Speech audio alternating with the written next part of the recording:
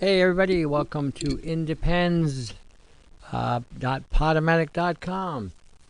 Sorry I'm a little late putting out the show. I got super behind. One of those things where everything comes all at once, and so I've been working on a show, and I decided I would, talk about things that would, some of it common sense, some of it would be like kind of a reminder, some of the things, because we get caught up on so many different venues that, you know, things can get really hectic in life, and we forget about some of the things that can be quite problematic. And as a result, we just go on carrying on, doing whatever, and not realizing that the situation we're in this life is very precarious at best. And unless you have a game plan, unless you have some sort of built-in something that can mitigate, offset, and create an antidote, reduce, fortify, rebuild, restructure, reinvent, you're in for one heck of a rough ride. I mean, today we're exposed to high levels of nanopoisoning. Today we're exposed to high levels of nanoparticulates in regard to the atmosphere and to the food supply. We're targeting a lot with genetics, a lot of genetics in the food supply, the organic.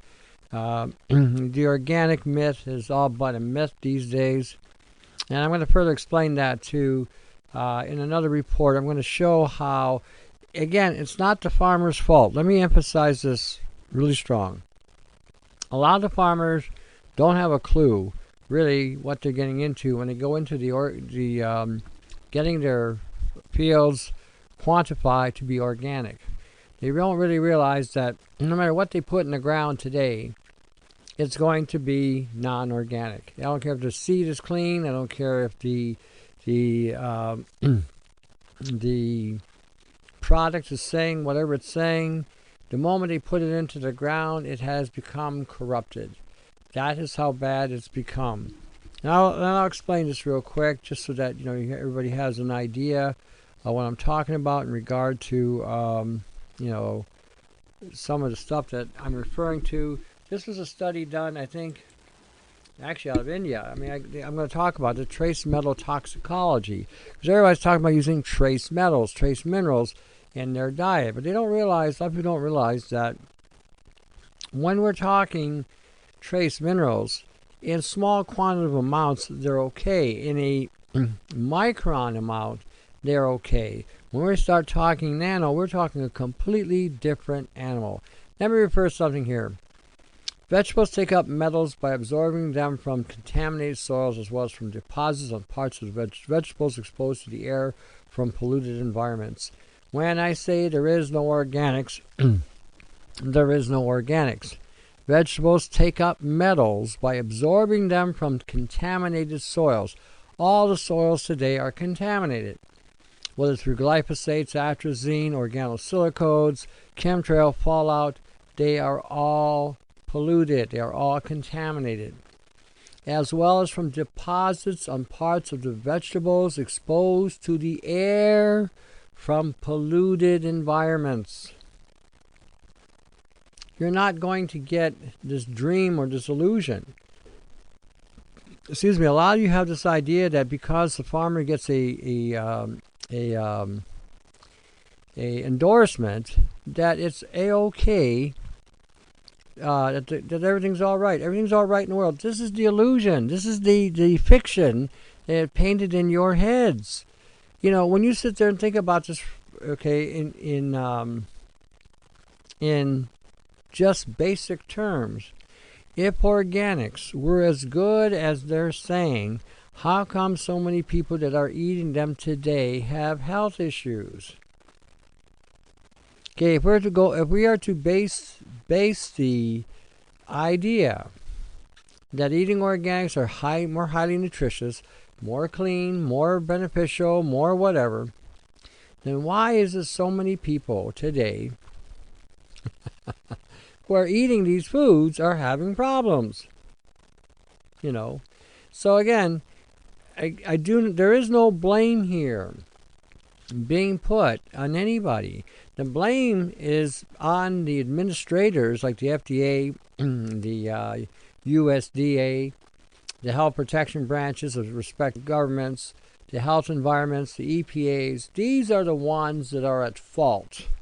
These are the ones that have quantified something to be safe that isn't safe.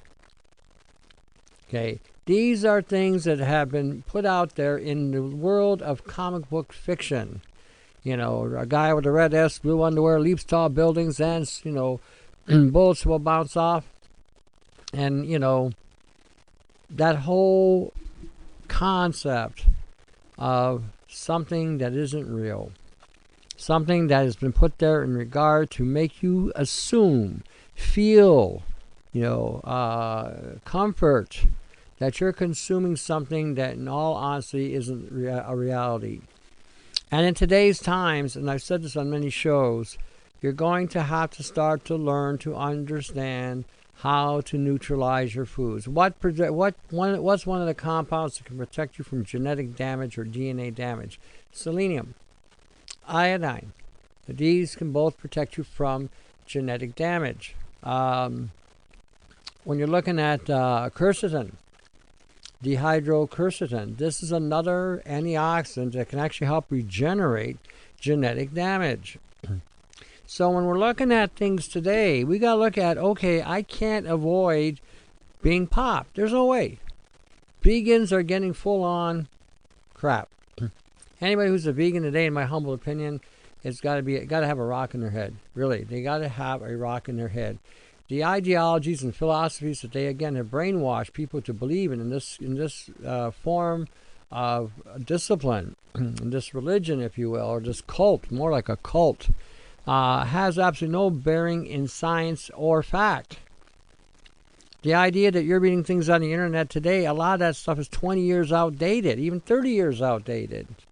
And a lot of things that they incorporated 30 years ago was to hijack people in the future into believing, because once something becomes a trend or a style, it stays.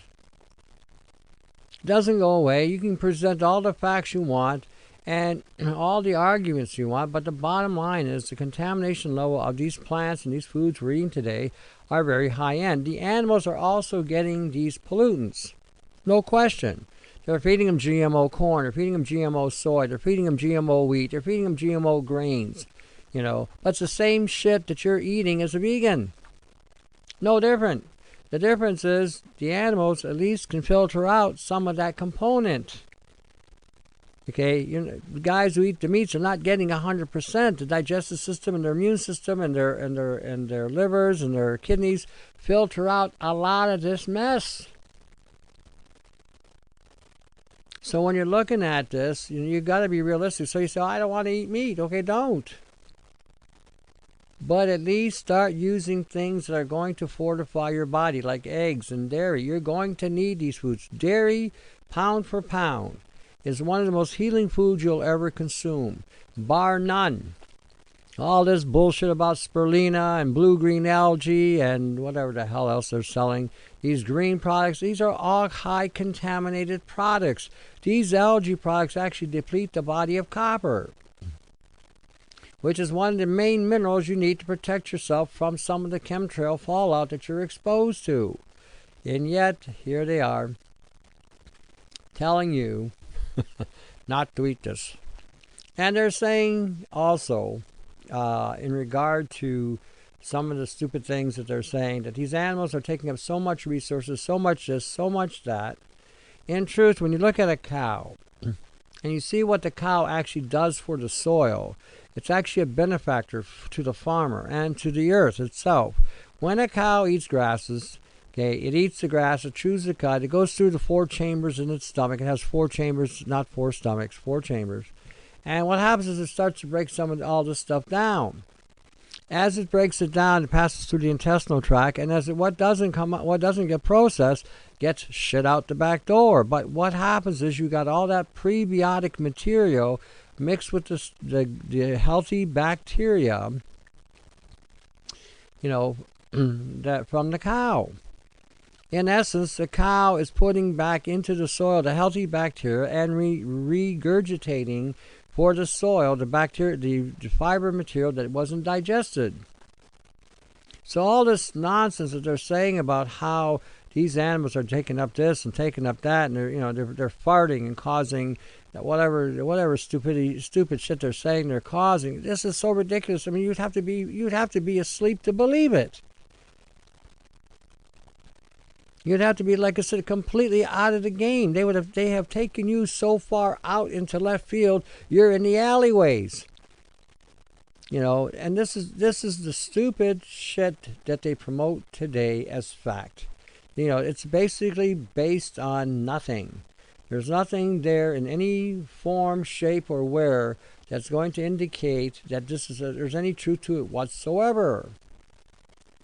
And when you're looking at some of the other myths that they're promoting in this industry, how certain things, certain chelating agents and whatnot, and you start looking at some of this stuff, majority of the time it's half truth. I was looking at zeolite because I don't believe in using zeolite because of the silica aluminum content to it. But I actually went and looked at a patent on it, and they do use it, and they have used it as a chelating agent, but there's a but here, which the health food industry is not propagating properly. And that is they mixed it with quercitrin, dihydroquercitrin, because the sulfur in it would have bound the silica and the aluminum from being displaced into the body, which, if it's not there, can transfer into the body and get connected to the skeletal structure, causing an autoimmune response.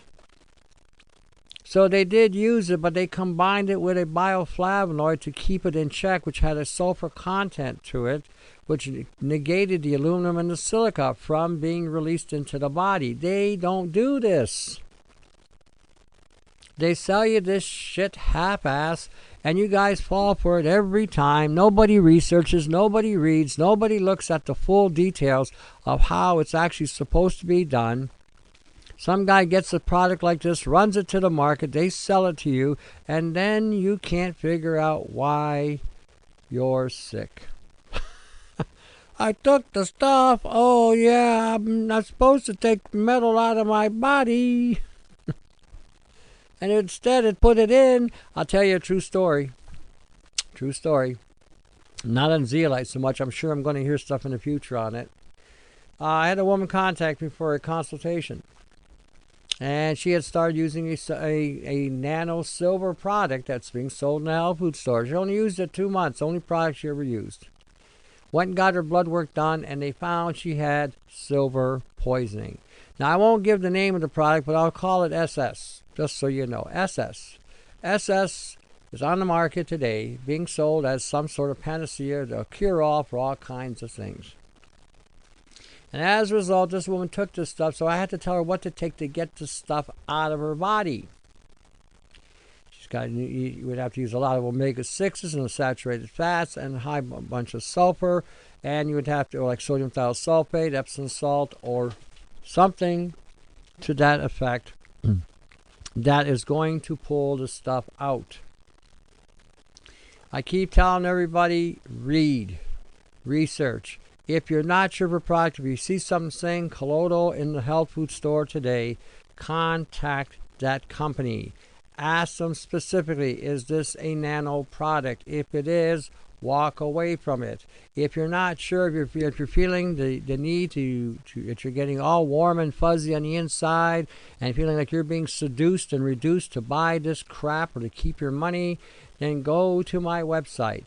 I keep telling all of you, go to my website. Start looking at the nano research, nanotoxicology. Those of you in California that hear this program, I was told that a lot of you Californians don't pay attention. You can't handle it. You can't handle the fact that chemtrails are coming down from the sky, so you're sticking your head up your ass and smelling your own shit. Okay, you got to get over this, man. You have to seriously quit running away. There's no place to run.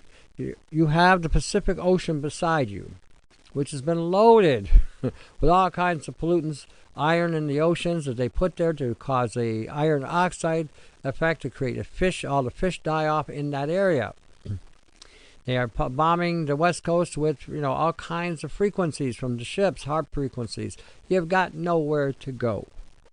You got nowhere to run. Sticking your head up your ass isn't going to solve this. You're going to have to start paying attention. You got to get over this hippie bullshit. You got to get over this new age bullshit. It isn't going to solve it for you. The universe isn't going to come down, open the door, and save you. Not going to happen. You're going to have to take responsibility and learn. You're going to have to take the responsibility and get it. Because a lot of I'm getting told by a lot of the activists there, they talk to people, but they can't handle the chemtrails. They still think it's condensation trails. I got news for you. If you actually took the time and developed that brain and looked at the fuel supply in the jet fuel alone, you would see that if you didn't think they were chemicals, that at least you would think that they were exhaust from the airplane, which are chemicals. They call them aerosols. Okay, aerosols are pollutants, tiny microscopic, nanoscopic, pollutants that are released from the airplane fuel, which is leaving a line in the sky, which is staying there for a prolonged period of time. Now, those of you who are from the 50s, my generation, okay, if you look up in that sky and you tell me that's a condensation trail, you're brain damaged. I will tell you that straight out. You're just effing brain damaged. Okay? You can't be this stupid. If you come from my era of time, you were supposed to have been educated enough to think for yourself and not allow yourself to be misled with stupidity. You know damn well what a condensation vapor is because you've been out when we've had real winters, we were under real blue skies, and we had real full spectrum sunlight. You have been here for that. The previous generations after us haven't had this. They've had nothing but a chemical cocktail for the last 50 or 60 years. Those of you from my era of time knows what condensation is. And if you're going to run around and say, oh, that's just condensation, you're one stupid bastard, I got to tell you, whether you're a man or a woman. You can't seriously say something this stupid. And don't say it around me because I will give you shit for being this stupid. Not for my generation. You know the difference. You know the bloody difference between a condensation trail and that shit up in the sky. Quit being in denial and start leading by example and start speaking the truth. You have the education. These young people don't have it, especially these millennials today. These millennials today are as dumb as a bag of rocks, and you know this. You see this. They have no clue. They've just been programmed all their lives. That's all they know how to do is follow a program. They don't know how to think. They know how to read a text and follow some instructions, but that's as far as they know how to do. Any machine can do this. So if you're from that era of time, wake up. Get active. Do something. Don't just sit there and say, oh, that's a condensation trail. Oh, yeah. Because I'd be the first one to call you a dumbass. Honest to God, I would be. You need to look up, all of you, the rest of you. Understand what condensation is. It's a water vapor. What you're seeing up there is aerosoling. Okay, a form of aerosol spraying. Anyway, I'm going to get into some of this today. I'm going to get into some of the toxic metals because some of you have never really understood what this does.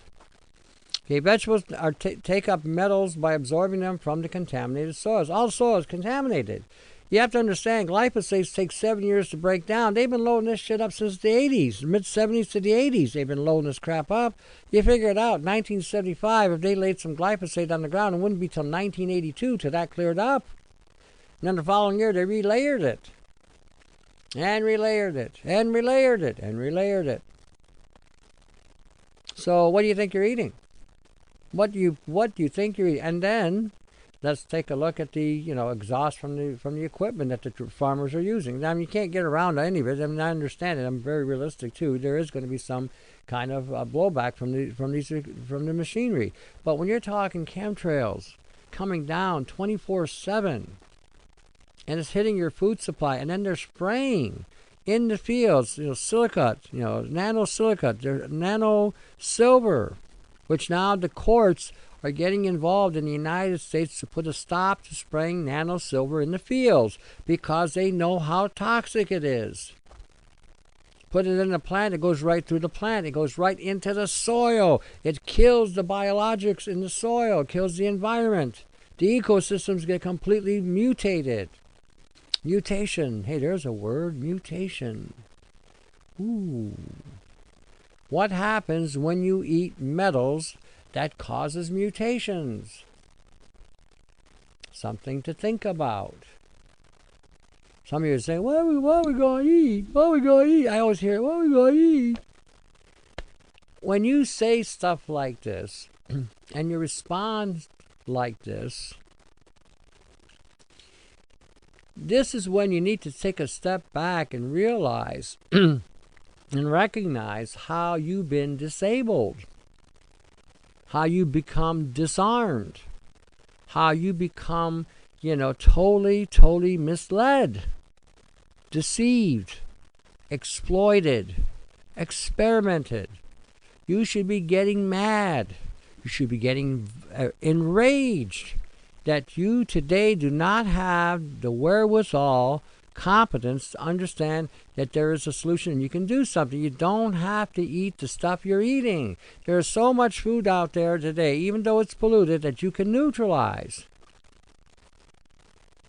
Okay, when we're talking metals and heavy metals like arsenic and mercury, for instance, this is just in the ground.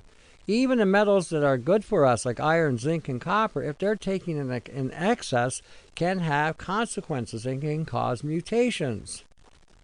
Mutation can be something as simple as deactivating a process that normally would be functioning in your body, or overactivating a process that is normally functioning in your body. In other words, let's take aluminum. Oh, since we're getting loads of it, so we're getting aluminum from the sky. What's happening to the women? The women are now having an overactivation of estrogen production because aluminum is a metalloestrogen. So as a result of this overloading of aluminum and overactivating the receptor sites in the female genitalia or the endocrine system, now she is becoming mutated. Mutations can occur when estrogen gets an overload of estrogens and you don't have enough iodine to regulate the estrogens and to displace the aluminum out of the body, or enough sulfur or enough selenium. You wind up having distortions. How many of you women have a backside the size of a brick, the girth of a car?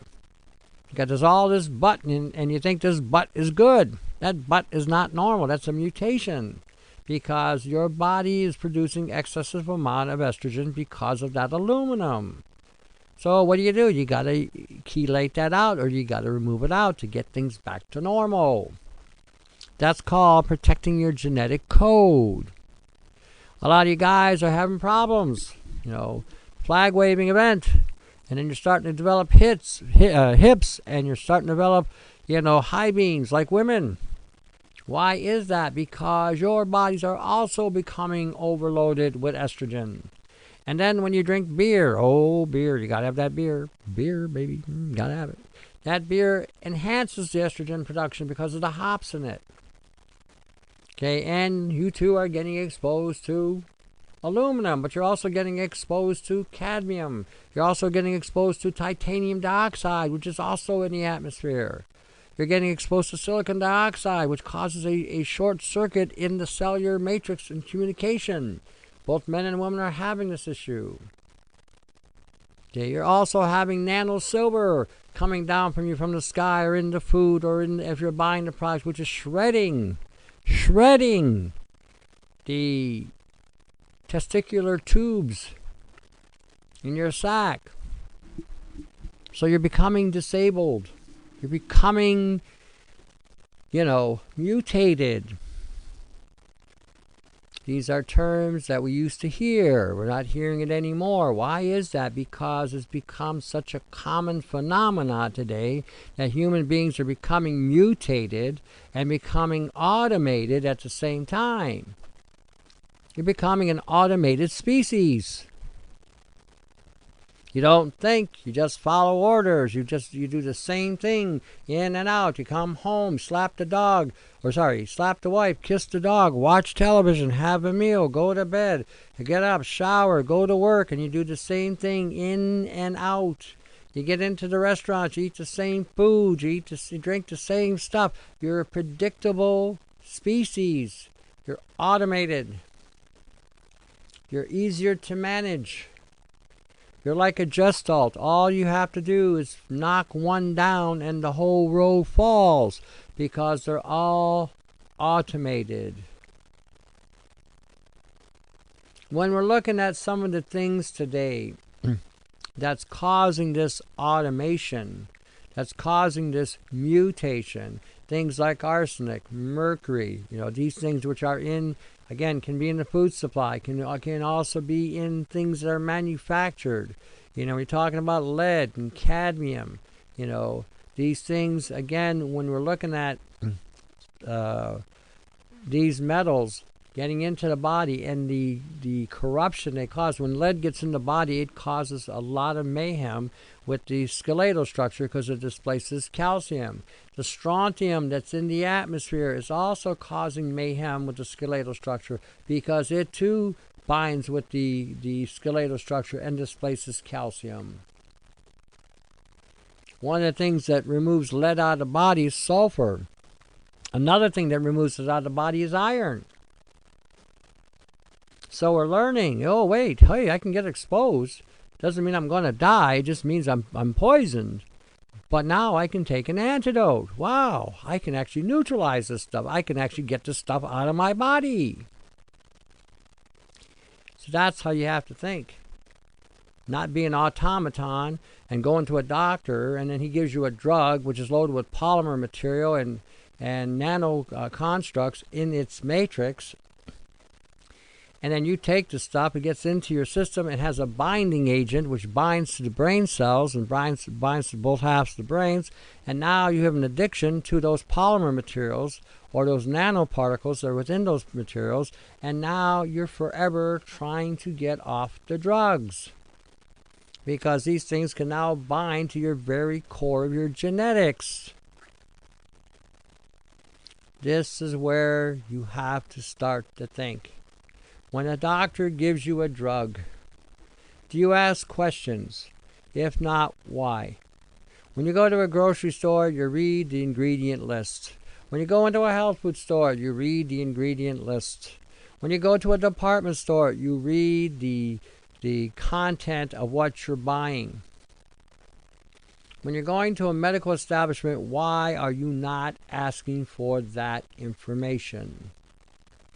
To blindly put something in your mouth that's of a high concentration of a chemistry without knowing what that chemistry does is extremely foolish.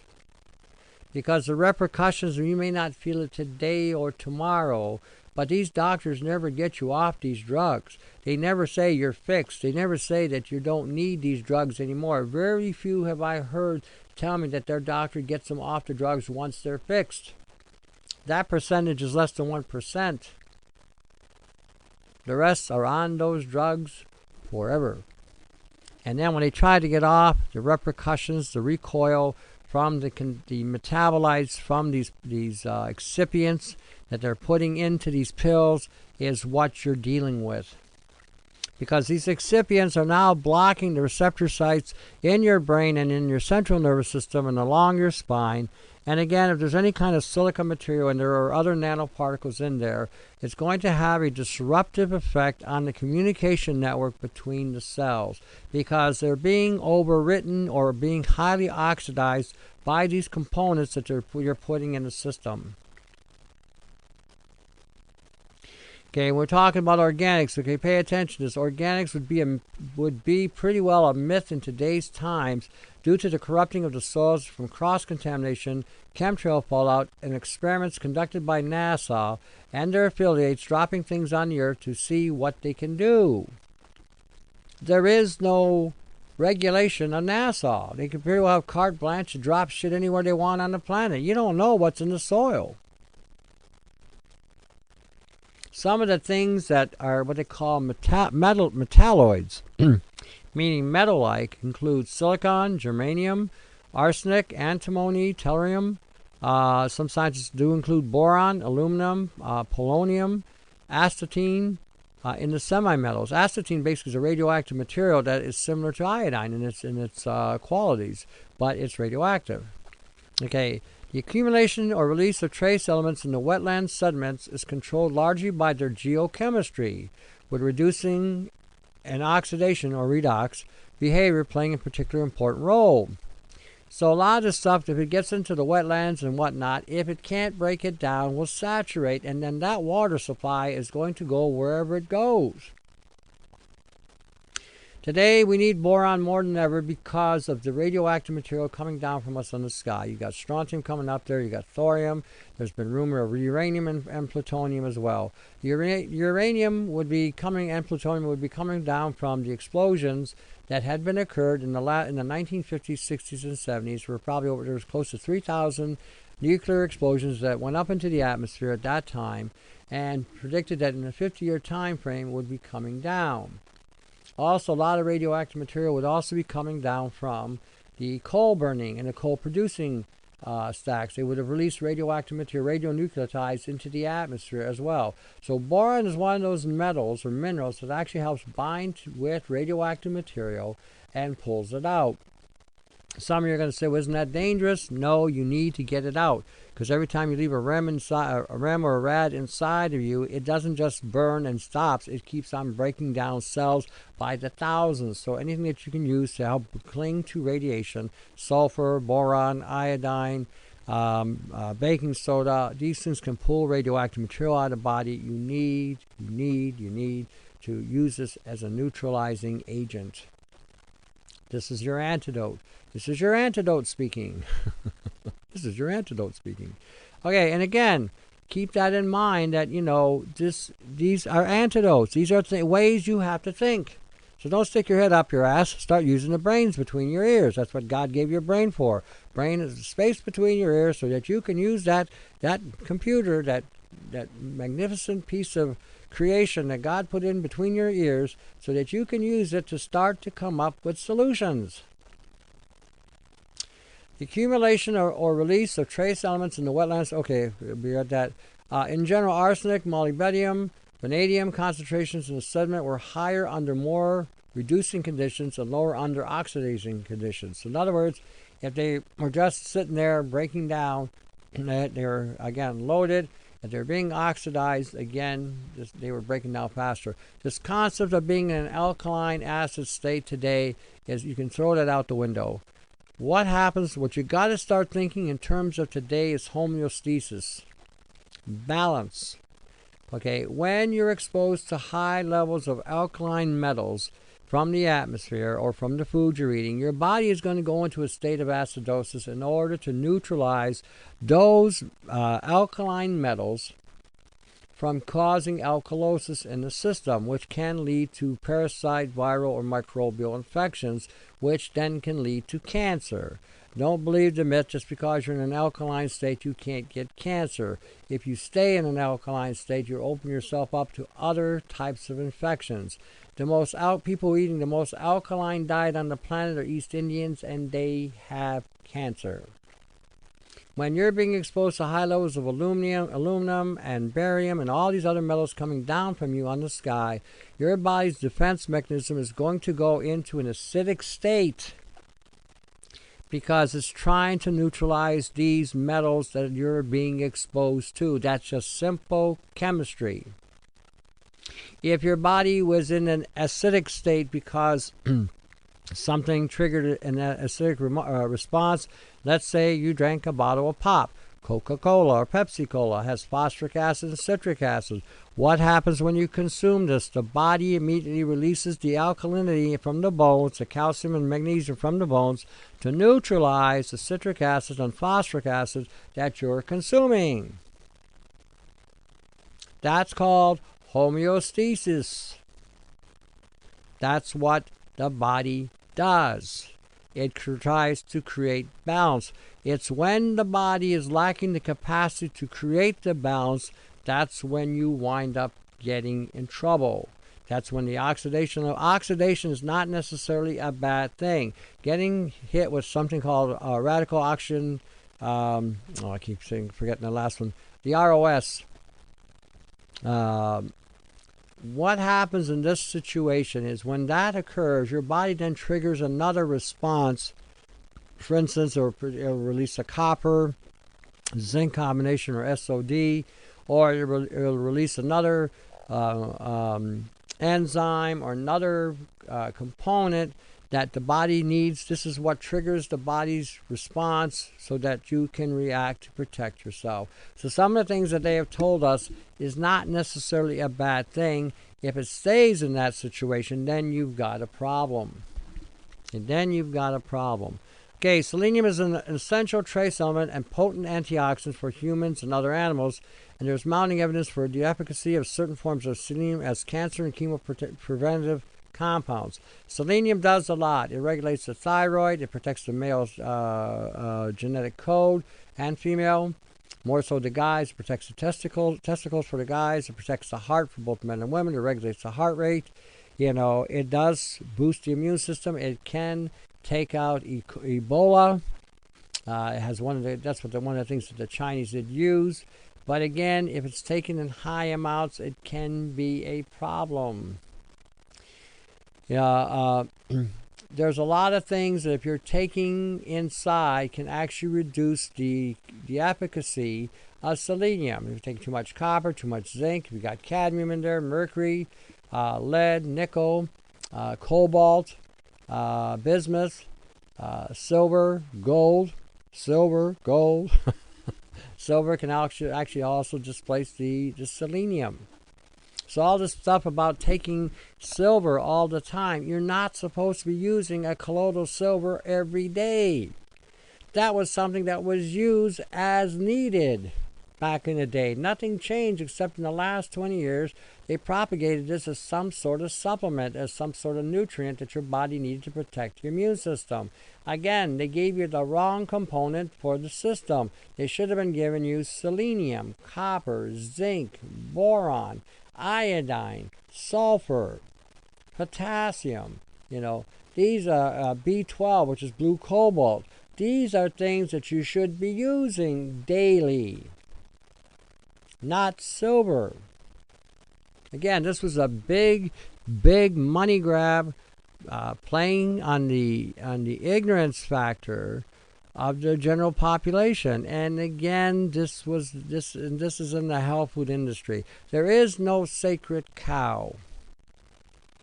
This is why I'm saying, the space between your ears where a brain is supposed to be, apply it. You might be surprised how you can evolve your brain, how you can develop that brain, how you can learn, how you can become better just by the fact that you're able to study and understand the truth.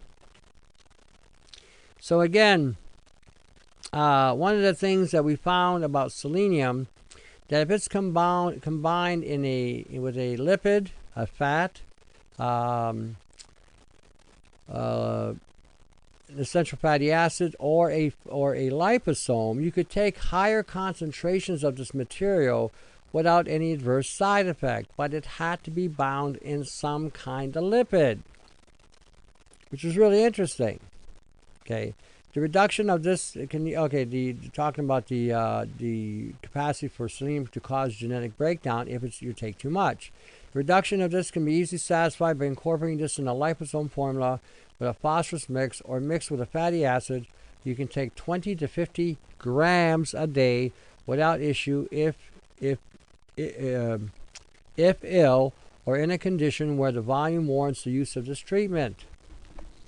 There's a guy named Remedies that developed a system where he was mixing selenium with fatty acids, and he was giving high doses of this orally, and he was vaccinating people with it, or giving people a topical vaccination with it at 1 milligram or 1 gram without any adverse effect. He realized how to create a medium where you could carry this into the cells without causing any toxicity because the cell bound the selenium so it couldn't create a problem. In recent years, it has become evident that environmental and nutritional factors may play a causal, disruptive, and/or protective role in developing of Alzheimer's disease. Alzheimer's disease is again the result of metal poisoning. Okay, aluminum is probably the big one. They blame amyloid beta or whatever, but this again is a lack of copper. Copper and zinc are required both by the brain. And because you are being exposed to high levels of contaminated metals from the atmosphere, the aerosoling of the skies, the aerosoling of the farmer's crop in the field, the irradiating of your food supply, you are not getting the nutritional factor you once got in order to protect the system. Okay, with the mercury, we know that it can accumulate in the body, especially if you've had mercury fillings. But unfortunately, the fillings today that they're giving you, these are composites made with nanozirconia and nanosilica, extremely lethal, highly conductive material, and can cause damage to the organs in the system.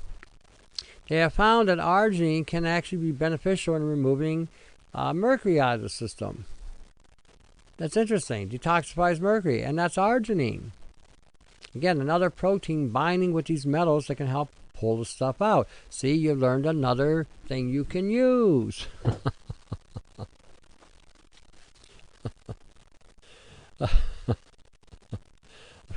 Again, I'm trying to point this out because just so that you get the gist here. Among the environmental contaminants recognized for their toxicity and global distribution, the so-called heavy metals were elements known to exert serious ecological consequences. Now, the term ecological, for those of you from my generation, know what the term ecological is, just like you know what condensation is.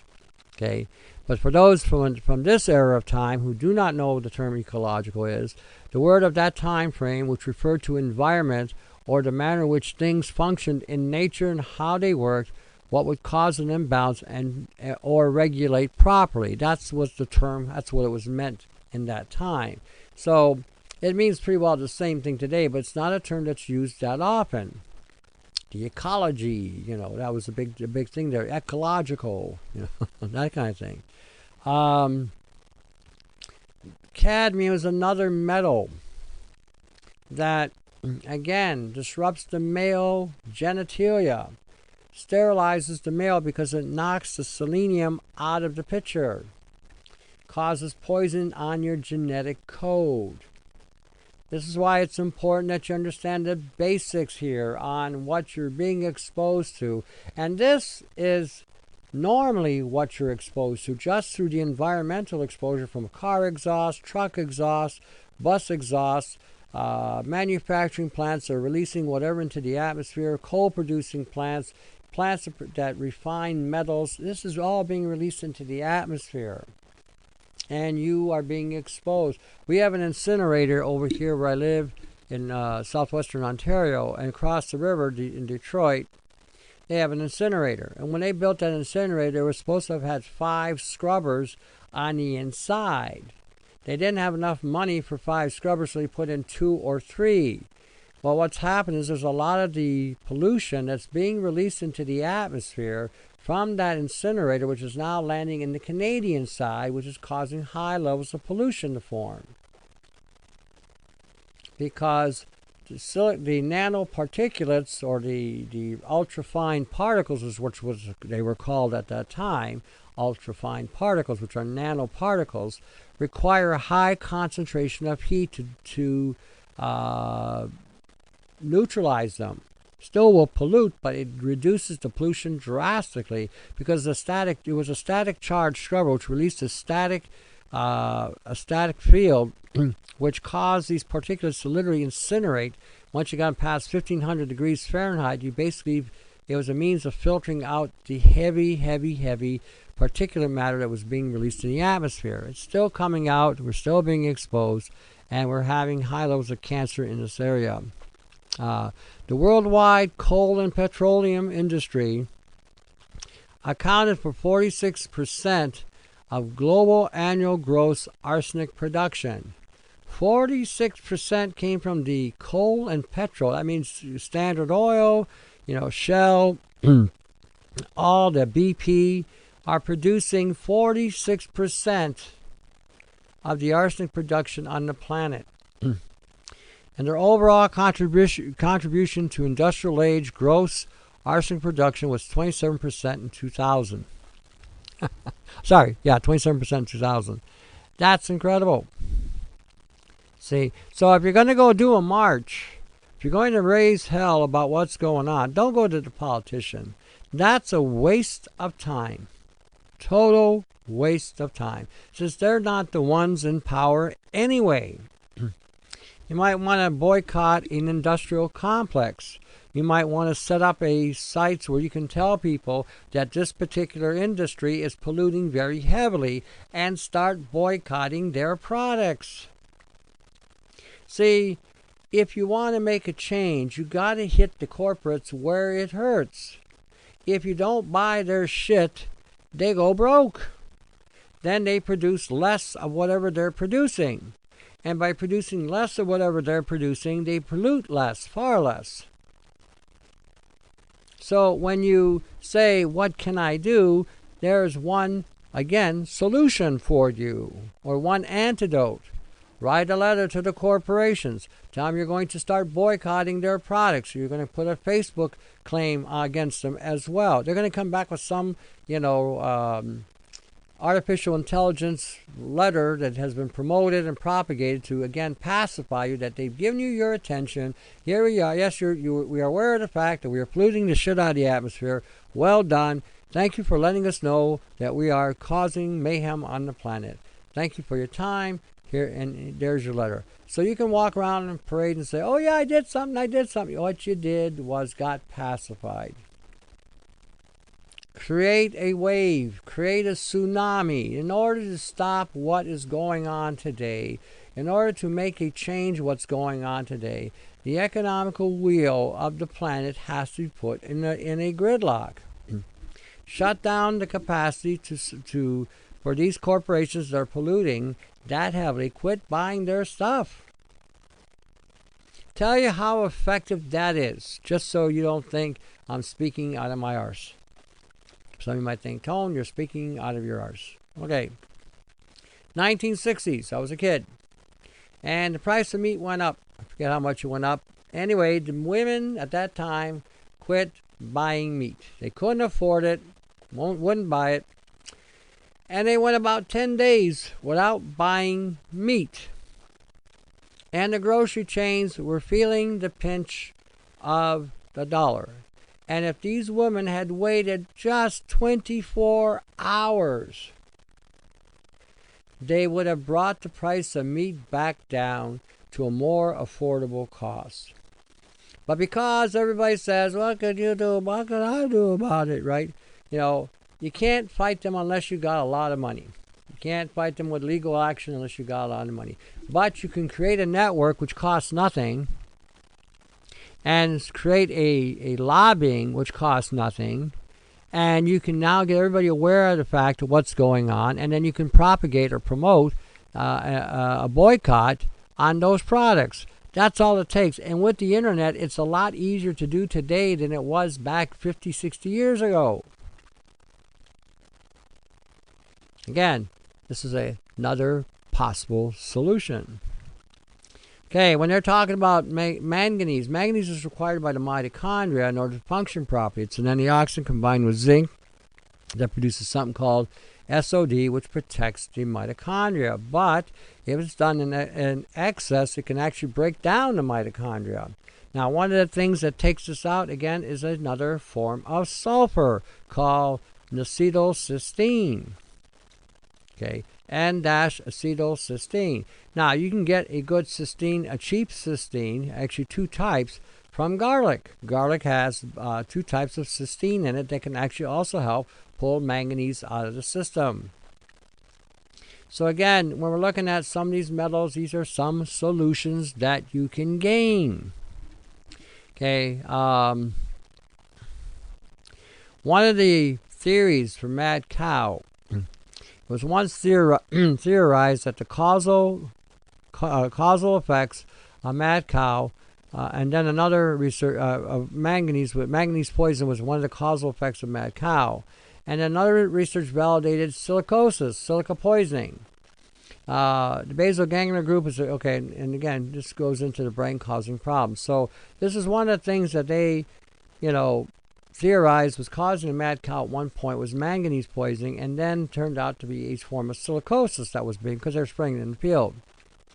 So again, they also said that, for instance, uranium and lead both go into the osteoblastic cells and accumulate there, again causing calcium deficiency, bone impairment, and breaking down the capacity to form bone structure. That's one of the things that lead and uranium do. They basically break down your skeletal structure. So again, these are things to get the lead out, get the uranium out. Sulfur will do work on both.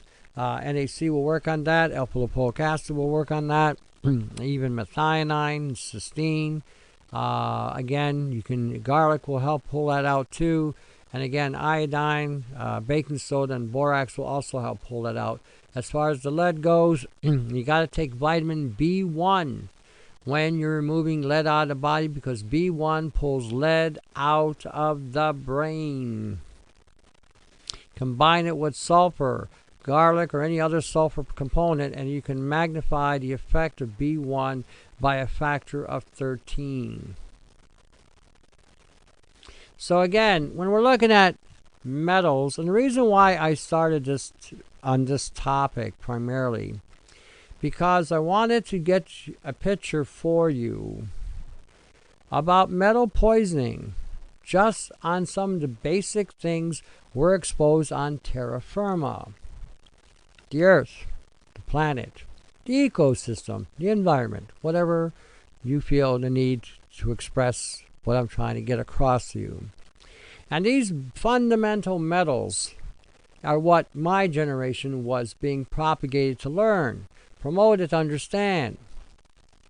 Okay, in today's time, these things are still here, but they've been augmented and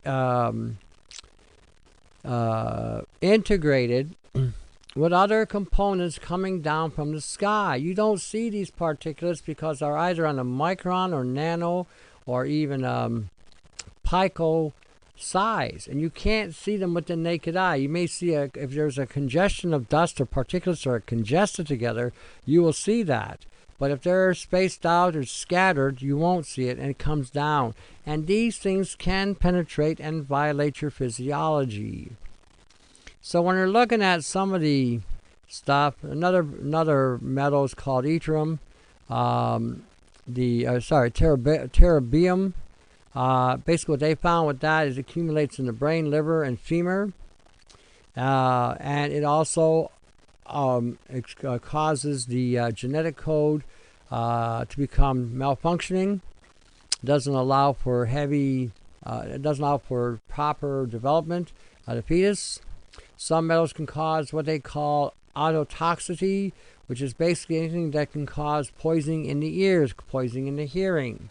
Okay, so again, basically you can reverse this by incorporating more selenium. So if you take a selenium and phosphorus together, you may find that whatever metals that may be causing the loss of hearing, you may be able to restore that back. There is an antidote, see, a neutralizing agent. This is why you have to understand what you got to do. You're not always going to get somebody to tell you. It's always good to learn this for yourself. Have that information on hand. When you say to yourself, what can I do? What am I going to do? At that point, you're feeling vulnerable, or you should be, and you should also feel that you're incompetent at that point, and you need to change and rectify that situation. You need to become competent. You need to become aware. You need to become experienced, so you understand what to do when something happens. You cannot depend on the medical field. You cannot depend on the pharmaceutical field. You cannot depend on the doctors. You cannot depend on anything that is currently here today that's going to help you. These doctors are designed to give you drugs that further debilitate your health issues. And you need to really wake up and get this. Because if you don't get this, it's going to be a painful existence on this planet. You know, okay, when we're talking again back to raising crops, if the crops again are being raised with heavy levels of cadmium, it's going to be absorbed by the food supply. Okay, and this is not necessarily something that they think. Mineral particles and occupational exposure and ambient air particles may cause adverse health effects. This ambient air particles, keep that term in mind. Ambient air particles. And I'll give you an example of what that is. Atmospheric particulates matter, also known as particulate matter or particulates, are microscopic solid or liquid matter suspended in Earth's atmosphere. The term aerosol commonly refers to the particulates air mixture as opposed to the particulate matter alone. Okay, get this now? Aerosols, aerosol, commonly refers to particulate air mixture as opposed to the particulate matter alone. So what is that particulate mixing with in the atmosphere? Other pollutants, you know, that have already been there from manufacturing and industries that were producing things that released high levels of pollutants in the atmosphere. The airplanes now releasing high levels of contaminations or aerosols with the jet fuel that they're releasing, creating an atmospheric condition, releasing, again, ambient particles, nano-sized particles that are now perforating and penetrating the very core of who you are. So, sources of particulates matter can be natural, anthropogenic, in other words, made by man. They have impacts on climate, precipitation that adversely affect human health. Subtypes of atmospheric particulate matter include suspended. Okay, pay attention here. Subtypes of atmospheric particulate matter include suspended particulate matter, thoracic respirable matter, inhalable coarse particles, which are coarse particles with a diameter between 2.5 and 10 micrometers, okay, part per million. Fine particles, which are diameter of 2.5 parts per million, and ultrafine particles and soot. Ultrafine particles are nanoscale. Okay, another name for nano is ultrafine or angstrom. If you're seeing something in the health industry saying angstrom, ultrafine, or nano, it's all one and the same thing.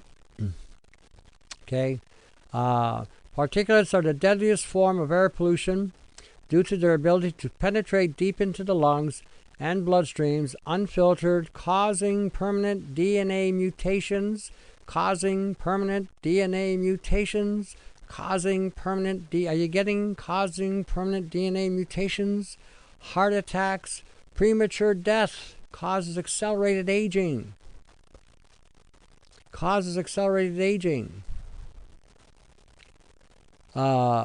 European countries revealed there was no safe level of particulates, and that for every increase of 10 microgram or 10 part per million, the lung cancer rate rose 22%. The smaller the particular matter, the more deadlier they were, with a 36% increase in lung cancer. Nanoparticles, because of their size, cause high levels of oxidative damage and cellular decay and disruptions on the communications between the cells, the organs, the DNA, and the genetic code. Any product that you're consuming today that has any form of nano in it, you are now running the risk of causing mutations, DNA, genetic damage, and a whole host of other issues. These guys who are selling this stuff really either have no idea or they just don't care. You need to, like I said, learn to take care of yourself. Crystalline silica has been classified as a human carcinogen. Now, some of you are using bentonite. And there's an interesting thing about bentonite.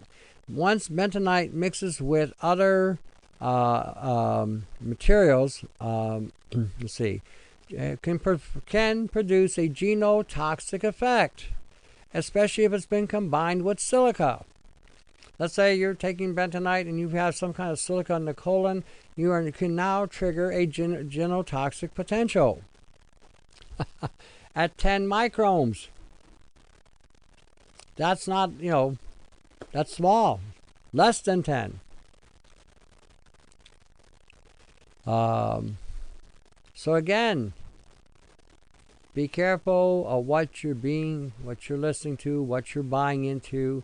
Do some research. Understand, start looking at genotoxicity. Start looking that term up. Genotoxicity. I'm going to try to teach you a new term today. It's actually an old term, meaning anything that is toxic to your genetic code. G-E-N-O, toxic. Okay? Start learning these things. Start understanding these things. I've been saying of late, in the last year or so, in order to stay healthy today, the paradigm now is on you to protect your genetic code, to protect your DNA, to protect your mitochondria, to protect ATP production, to protect your chromosomes. This is what's going to be key. I had a young woman today come in. She was 26 years old, good-looking gal, but looked frail. She said she was strong, and I believed her. But I noticed, and she was of European descent. For a European descent female, she wasn't thick in the hips like she should have been. She wasn't thick in the shoulder area. Her skeletal structure was smaller. And so I realized that she has had her genetic code impacted just by growing up. So understand this and understand that reality. You have to realize that the stuff you feed your kids is going to affect them through puberty. It's going to affect them in their adulthood. The foundation that you give them today in their early developmental stages, the more you protect them from these particular compositions and metals that can get into their system, the more you can neutralize the chemtrails, the more you can do things to protect their genetic code, do things to protect their genetic code, do things to protect their genetic code. Did you get that part? Do things to protect their genetic code. The better off they're going to be as they get older. I told this young woman, everything she does this decade, and this goes for everybody, whatever decade you're in, 10 years, 20 years, 30 years, 40 years, however old you are, whatever you do in this decade is going to affect you in the next decade. So you may want to start fortifying your system now, because a lot of you in your 20s are not going to see my age. I'll tell you that straight out. You ain't going to make it. If you follow the current bullshit that's being sold today as healthy, you are done.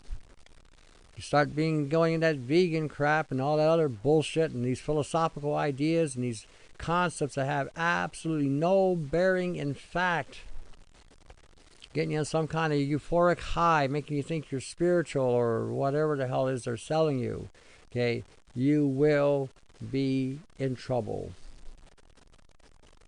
Start getting your feet on the ground. Start getting grounded in reality. Start getting grounded with facts. Start applying these things. Start applying these things. Start applying these things. I'm saying this so that you get it, just to make sure I forget to say. Start applying these things so that you will understand what I'm talking about. You guys need to pay attention to people from my era. Those, especially you millennials today, you are going to be so screwed. You have no idea what's coming down the pipe. I've told you on the YouTube, go get the book by Alvin Toffler, Future Shock, and read it. Understand it, because that's about your generation. What they're going to do to you. We were the prototype, those of us in the 50s. Those of you in this millennial, you are the advanced abomination that they're going to do. They have violated your genetic code. They've had 50 years to practice on getting your genetic code distorted. I want you to get an accurate assessment of the perceptions that you need to see, not the perceptions they're promoting. A buddy of mine contacted me this week, an FYI for all of you. He said in Canada, we have a 1.3% population of homosexuality. Now, we only got 33 million, maybe 34 million people here. So 1% of that population is homosexual or have had a homosexual experience. They've tried it, thought whatever they thought of it, moved on. So in that 1.3%, that's all we have in this country based on that statistic. Now I'm going based on the statistics. This is what my friend was telling me, my cohort there. And he said 99% of the attention is being focused on this minority, this minor minority, giving you all the perception that this is a normal way of existing. This is a deception and this is a lie. And this is, again, to program you into thinking that this is okay. Now they're making a big deal of the transgender. You know, they had one guy who was an athlete, a gold medalist and all this, and he turned from this to that. You know, I don't know what to call it because I don't know what to call it.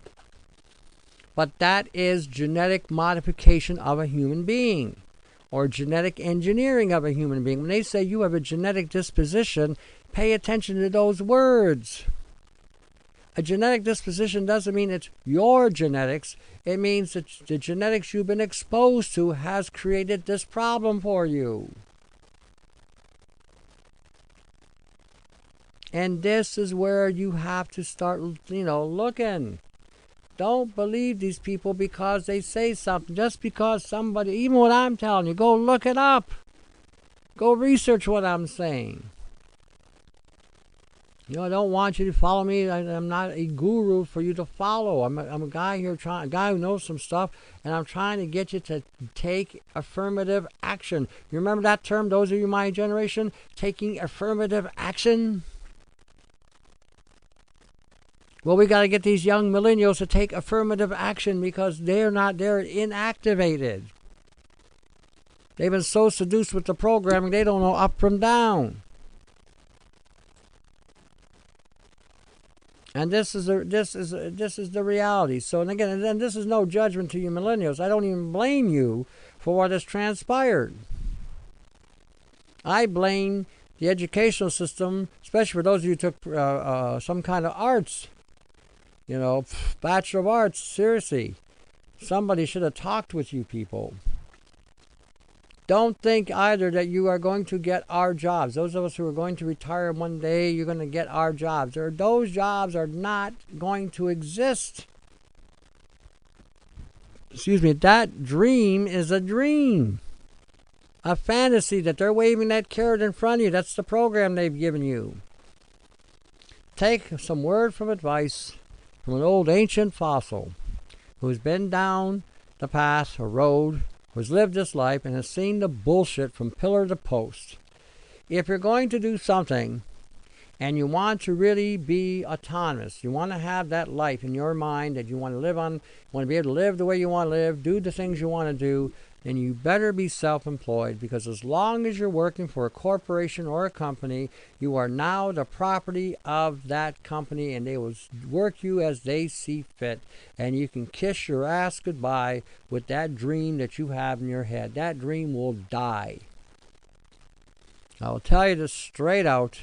You may want to start considering, got a bunch of you get together, really good friends, and you can trust each other, and you can connect with each other, and you can network with each other, and you can really work together, form a business. Create some kind of business, okay? Have money put aside so if something goes wrong, you can start over someplace, some other way, somehow. But start a business, develop that autonomy that you need to develop. Do not become a slave. Do not work for the man. Do not work for, unless a corporation is paying you 6 digits or higher, that's the only time you work for a corporation or a company, and you do it under contract. Because once you make enough money, then you should start a business. or start an enterprise. That's what you should be doing. And again, that's the best word of advice I can give you, because if you follow the current system of thinking, you will be nothing but an automaton and a slave, and the life you think you're going to have is going to be nothing but dashed dreams and mashed hopes.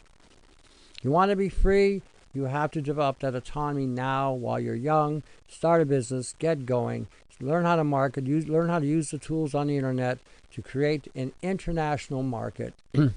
Don't depend on a store in your region. You will be selling and dealing with people from all over the world, which makes this very interesting, and it can be very rewarding. It can be a pain in the ass too, I will tell you that straight out. The hours you're going to put in are long, but if you need to take a day and you want to take a day, you can do it because it's your business. But you are going to have to be dedicated and disciplined, and that's the best word of advice I can give to anybody coming up today who's a millennial. Do not get caught up in that hamster wheel, because it's nothing but an effing lie. The concept of having a job is bullshit.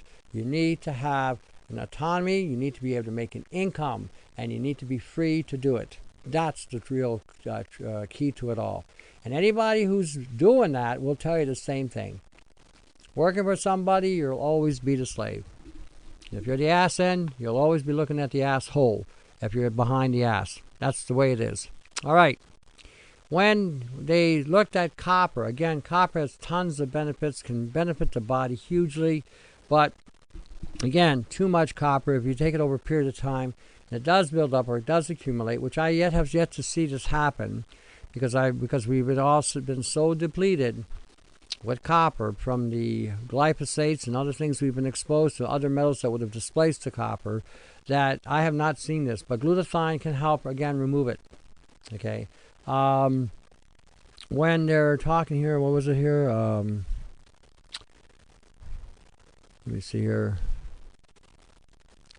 When you take copper, it can mix with an omega-6, which again can produce a hydroperoxide, or water peroxide basically, from an omega-6. And again, glutathione again reduces that. So the quickest way to get glutathione in the body is by using NAC, or acetylcysteine. Another interesting thing that we're exposed to, nobody's ever talked about, is organotin compounds, or mainly metallotin. These are basically your PVC piping, PVC tubes that water run through. Now what they found in some parts of the world, that the water supplies that use this plastic stabilizer has a polyvinyl chloride, which is PVC, and chlorinated PVC. They found that it, again, it produced developmental neurotoxicity. So as kids were growing up, it screwed up their nervous system. It actually reduced the maternal weight of a child. That's at 74 parts per million. It decreased brain weight at 74 parts per million. Decreased hypothesis, all concentrations, mild vacuolations in adult offspring, all concentrations, and slower learning in the water maze of 15 parts per million due to ultraspatial search pattern. Okay, so again, I'm pointing this out to you so that you don't get into this comfort zone that you think your society and your system is here with a support mechanism to keep you healthy. It's not there. The reality isn't there. If you look around you, especially those of you who are in your early 20s, and look around and see all your friends are all on some kind of medication, this is not normal. This is not normal. When I was growing up, you had 1 kid out of 10 that was sick. Now you have 9 out of 10 that's sick. 9.9 they're saying out of 10 that's sick. Really? That's normal? Those of you from my generation, you think that's normal? I mean, if you want to define what is normal, by today's standard, nothing's normal. But back in our day, when we were growing up, going to school, you might have had 1 or 2 kids in the class miss time from school. Now today, shit, they don't even go for 2 and 3 months because they're sick all the time. Is that normal? Anyway, that's The point I'm trying to get across here. What is normal? All right, listen, I'm going to probably call it a day here tonight because it's late and I got really behind. So by the time I post this video and get the email, it's going to be like 4 in the morning for me. And I got to get up bright and early to do this all over again. Save the planet. So again, save the planet. Become educated. Become active. Become proactive. Become, produce an affirmative action. I'm speaking to those of you from my generation. Affirmative action, because if you become active, your offspring are going to follow. Their friends are going to follow them. We need to make a change in the atmospheric aerosoling that's going on in the sky. We need to make a change in the aerosoling that's going on our crops and our food supply. We need to make a change in the aerosoling that's going on our water table. We need to make a change with the mentality that's currently existing today with the corporations and the corporocracy that is running the world. And if everybody did their small part, we can create an avalanche of activity that you cannot deny. All right, listen, thank you for tuning in. We'll do this again. I'm going to try to do at least 1 or 2 shows a week to keep this going. So stay tuned. If you have any ideas or suggestions or things you might want me to talk about or research on, feel free to send me an email at independz@yahoo.com, independz@yahoo.com. Feel free to go to my website at augmentinforce.com. Feel free to access any and all information that's there, especially start looking at the nanotechnology, synthetic life, glyphosates, saponins. You may want to start looking at this stuff. Start becoming informed and affirmative in your activity. Go to my YouTubes at www.youtube.com. Type in herbs plus beadworks, HERBS plus PLUS, beadworks, BEADWORKS. Check it out. We got over 150 videos there. Learn what you can. Make these things, make them better, share the health. I encourage you to check things out. I'm also encouraging you to go check out byebyebluesky.com. Susan Mara has a site. It's an amazing site. You will get informed. You will get educated. You will become affirmative in your activity. Then there's gagcanada.com with Bernadette Green, who has the legalities of what's going on. You may want to, again, give each of these gals a hand.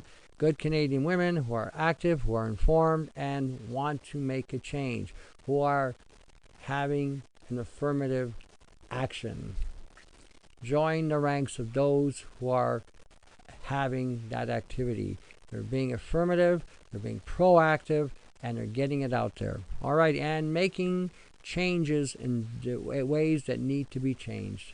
All right, till the next show, thank you to your health. Have a good night.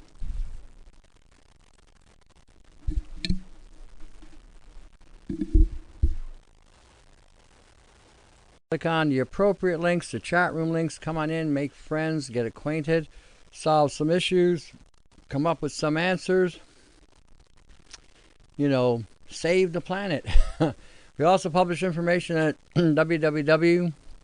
We also have information published for us, at www.byebyebluesky.com and www.health-access.com. And you may find our information being published now all over the place. Feel free to access. With articles on health, remedies, and general information going on worldwide and right here at home. This program is designed to help you keep your health and to show viable and inexpensive alternatives that can keep you and your family healthy and to alleviate or remove unwanted illnesses that may occur in our lives from time to time, making you aware that not all that's supposed to be safe is, and in some cases allowing to understand the hidden dangers and a possible solution to prevention or protection of your health.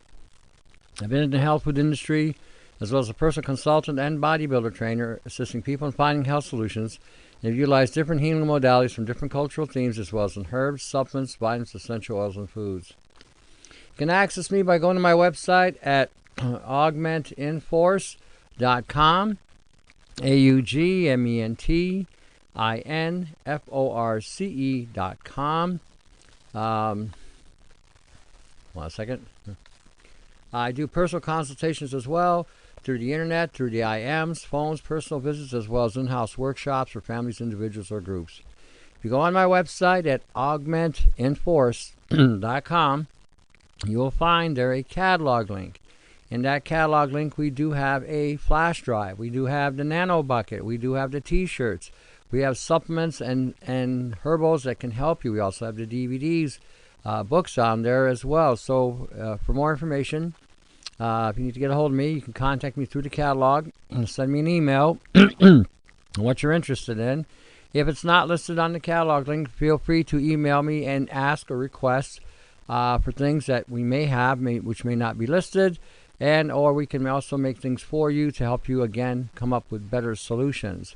We also have tinctures, remedies, and a whole host of other things as well. So for more information, feel free to reach me at independz@yahoo.com, INDEPENDZ@yahoo.com. And if you have any questions or comments, you can also call me at 519-977-5351. If you have any questions or comments you'd like to make on the show pertaining to the show, feel free to do so at 208-935-0094. And today's date is June 10th, 2017. And we are still here. I can't get over that. We're still here. Sometimes I wonder why, but we're still here. I had a whole bunch of stuff set up, but I didn't get a chance to get into this computer. You know, it was like one of those last-minute rush things. So by the second half, I'll have put the stuff on the computer, and we can talk about something. Somebody contacted me this week and made reference to the excipients. I'm always talking about buying clean vitamins and being careful what you're buying and looking at the excipients, so forth and so on. And excuse me. And so I decided today to get into that, and that basically changed my whole direction of the show where I was going to go with today, and decided to do a show on the excipients that are in the supplements and in some of your medications you're taking, and some of the side effects they have. Now I'll have to play it by ear right now until I get into the second half, where I can download it into the computer, this computer I'm using to do the show, and then I can read off a bunch of the lists. But a lot of things that you've been told about silica ain't what it's all cracked up to being. In fact, it's just the opposite. I've been mentioning on the shows, on different shows. I've been doing different shows on different networks as well, as a guest speaker or whatever. And I've been mentioning about silicon dioxide. Now, when you go into a health food store, you go into your Costco's, you're going into your Walmarts, you're going into your Target, you're going into your box stores, whatever they may be, Walgreens or whatever the heck you're going to, Shoppers Drug in Canada, or Rexall Drugs, or any of the independent drugstores. You need to really read what you're buying. Those excipients they're putting in there are either impeding the uptake of those nutrients, or they're actually causing a disruption in the way you can absorb your food. And a lot of those things are on a nano scale as well, and there really is nothing that I can tell you at this point, especially if it's metallic, that nano has any actual benefit. Now, I'm going to sort of rehash some things, so because we were gone for a couple weeks, and so some of you may have forgotten some things. For you women and men as well, selenium needs to be in high profile. Now, they're telling you to use 200 micrograms up to 1,000 or 1 milligram of selenium. We actually found a reference point where you can actually take a whole lot more than what they're suggesting by putting it in a liposome. So I decided to try it. It's my nature. I got to see if this really works, or is it, and before I would advocate it on the air, I would have to try it to see if it doesn't kill me, it's good, basically. anyway, it does work. You can take higher levels of selenium, and for a lot of you who are having heart conditions, part of the reason, especially both men and women, part of the reason is because you are having high levels of cadmium exposure from chemtrails, cadmium exposure from some of the things in the food that they're processing, and this is knocking your selenium levels out of your system. This is a key mineral that protects you from getting STDs, can protect keep your genetic code intact, and can help in sustaining the glutathione levels in the body and regulate the heart rate. It's a very key mineral.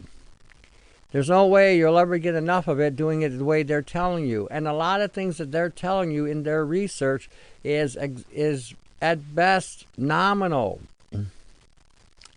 And so you have to learn to take the bull by the horn and step out of the comfort zone, because a lot of things they are telling you is basically just giving you just enough to wet your whistle. That's it. Just to wet your whistle. And that ain't going to be enough to do things. And the other thing I got to also kind of remind everybody, when you're taking things to heal your body, to correct the imbalances, once a day on anything you're taking isn't going to do it. Twice a day isn't going to do it. And unless you know how to amplify what you're taking, I'll give you an example. If you take vitamin B1 and you combine that with sulfur, you can actively increase the level of B1 in your system by a factor of 13. So a 100 milligram of B1 combined with sulfur will give you 1.3 grams of B1. So if you're doing things like that, then you can get away with it. Silicon dioxide in capsule, oh yeah. You know, when you go and buy vitamins sometimes, and you see a little plastic container inside your vitamin, that's silicon dioxide in that container. That is supposed to be there to keep everything dried up. Okay, now if that's leaking on your supplements, guess what? You're getting it. And there's no such thing as a safe level of these silica particles because they're all on the nano scale. Just like somebody contacted me today about colloidal silver. Got a bit of a debate with this fella. Okay, a lot of these colloidals are nano. Anything metallic on a nano scale is lethal. I don't care what it is. And if they're promoting this and propagating this, and this is what they're doing today, they're trying to sell the wonders of nanotechnology by saying how it's going to effectively help you fight cancer, help you effectively fight autoimmune, blood disorders. You can target the sequence of these particles to a certain area for drug delivery and so forth and so on. It's a snare. It's a caveat. It's a catch-22. These things are tiny programmable particles. They're even bot-like on some level. And they go in and I have pulled these things out of me. Where they look like tiny little spherical balls. Some of them are black, some of them are blue. And what happens is when they get into the system, they start to release these what looks like fine wires or fine hairs. These are fullerenes, which is reaching out to extend a network or a web in an area. This is what they're putting in the atmosphere. They're putting this in the food. They're putting it in your water. Tony, please touch on lupus. Okay, I touched it. Now what do you want me to do? Lupus is an autoimmune disease. And the reason why people are having it, again, nobody has ever dealt with it this way. The body doesn't just all of a sudden start corrupting itself or attacking itself for no reason. God designed our body to work in a certain ebb and flow. It's when we go out of balance or when something gets into the body and attaches itself to the body, that's when things start to get altered. When you're exposed to nanoparticles, nanopollutants, silica dioxide, if you look at that research, that's a wonder. when you consume that, and that's in your diatomaceous earth and all the other crap in your vitamins and whatnot, even in your food supply, in your wheat and your whatnot. When you're looking at silicon dioxide, the first thing it does is it crystallizes in the blood, forming tiny crystals. Excuse me. And then what happens is once it starts to form a network in crystals, these crystals then will look and seek out other crystals to network with, and then translocate and continue to build the network. This is doing this irrespective of a program. This is what it does. This is how it reacts with us chemically. The nanoparticles that we've been exposed to in the food supply also does the exact same thing. And when it penetrates, it'll penetrate right to the skeletal structure itself, right to the stem cells. Our seed, for the men, our seed has the nano in it. For you women, your egg has the nano in it. Okay? When you're talking these particulates getting into the very core of our genetic code, it can now alter the way our genetic code is supposed to respond. If it shuts down the DNA, where the DNA cannot respond by sending proteins to trigger an immune response, what winds up happening is you get saturated with these particles and they continue to overwrite your system. When your system does recognize this thing, it starts to attack these things, but because these things are so small and so embedded, the body now attacks itself. And this is with any of the nanometals, whether it's iodine, nano copper, nano silver, nano gold, nano plutonium or platinum, nano platinum, nano magnesium, nano calcium. Anything that's on a nanoscale that's metallic will bypass the mechanisms of our defense mechanism. It can shut down and alter the response to our body's immune system so it doesn't even recognize what's going on until it's embedded and has basically networked, and we wind up with issues. Can you recommend remedy for lump in throat? Okay, that's kind of vague. What did you consume? Did you consume anything? If you did, you might want to use something as simple as oil. You may want to carbonate some enzymes. I don't know. I mean, that's a very kind of a broad, vague, whatever. But anyway, that's a simple little thing you can do. You can even consume things like applesauce. I'm not sure what you mean by lump in throat. When we're talking autoimmune, when your body starts attacking itself, it just doesn't do this. This doesn't happen unless something is there to trigger that response. Okay, yeah, I got to talk about that too. When you're talking, okay, I'm going to jump a little bit on this bug. Someone just asked me about a bug that I want to talk about before I forget. Any suggestions about wasp stings? Okay. I have been dealing with insects, and I have been zapping them and then shooting them, trapping them and shooting them with lasers. I just caught a spider. I think it was a wolf spider. I gave it a blast with a burning laser. It didn't burn it. It was scorched it, but didn't burn it or take it out. And what came out of this spider was tons and tons of metallic material shooting out from it. And everywhere it walked in the jar, it was spreading this material. Its webbing had it in it. The bugs today are going to have these nanoparticles in their saliva. When they bite you, mosquitoes, fly bites, spider bites, whatever wasp bites, because wasps are basically flying ants with a stinger, bee stings, may have in their saliva, in their bite, these nanoparticulates that can now be injected into your body to trigger a autoimmune response and to trigger an assembling process in your system. When we're talking about the tick and the Lyme, the Lyme disease and with the tick. Okay, if it's a tick bite, a Lyme disease, if it's really a Lyme disease, can be neutralized within a 5-day time frame. But if you're telling me you've got Lyme for 20 years, then you don't have Lyme. You've got something else inside your body that has become active, has assembled, has networked, and is replicating. That's what you have.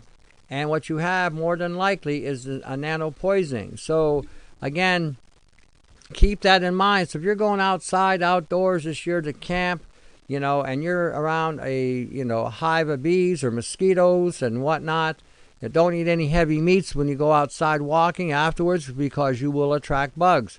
What they smell is dead carcass or dead meat in your body.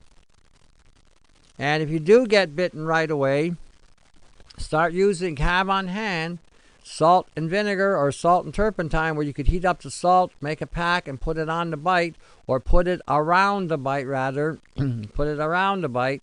And what that'll do is it'll drive the salt and the solvent inside of it, neutralizing those proteins and possibly flushing out whatever was put inside the system. If you've been bitten by a spider, you definitely want to do this, and you also want to be using high levels of high enzymes every 15-20 minutes, consuming some kind of enzyme. We are not dealing with things like we used to. We are not dealing in that realm or that world where things are harmless. We've had 50 years plus, 57 years plus of genetic engineering, nano exposure in food supply, in the air, in the sprays, in the water table, in the medications you've been on. A lot of you are on medications, and you start looking at your medications, you start looking at those polymer materials, the microcrystalline cellulose, hypermellose, titanium dioxide, I can't think of them right off the bat, soy, You have a lot of excipients in some of your pharmaceuticals, and they are killing you. I had a gal this week come see me, and we were able to separate the content of her drugs from the excipients. And what happened was, when she took the drug, it alleviated what was going on, but her body went into a withdrawal, because what's happening now with a lot of you taking these medications, you have a polymer building up between the two halves of the brain. You're bridging the brain, causing a short circuit. Like I stated earlier, when you're talking silicon dioxide, it gets into the blood and starts crystallizing. When it gets into the brain, it does the same thing, and then it starts to network throughout. Look at your prescription drugs. Look at what they've done to them. Start looking up, list of excipients, and like I said, I'll have it on the second half of the show, and I'll talk about it. Like I said, I was working feverishly on this article just to have it ready, and then I just didn't get a chance to put it in the system. But when you start reading and paying attention to what you're reading, you are going to find that a lot of the things that you're putting in your mouth isn't what it's cracked up to being. And again, when they say something is GRAS accepted, GRAS, GRAS accepted, or has been allowed by GRAS, that doesn't mean it's safe. It just means that they didn't take the time to test it and just let it go. Basically, GRAS, FDA are one and the same thing. The USDA, FDA, GRAS, it's all one and the same kind of organization, just different branches of each other. The USDA used to be in charge of the food and safety in the United States, and then the GRAS came in, and then the FDA came in. There has been no safe food since 1960. A lot of us from that era of time have been exposed to so many of these nanoparticulates that you're not going to get it from a doctor. The doctor, says, oh yeah, you've been loaded with nanoparticles for 50 years of your life. You got a bit of a load there. Until you get that out, you're going to die.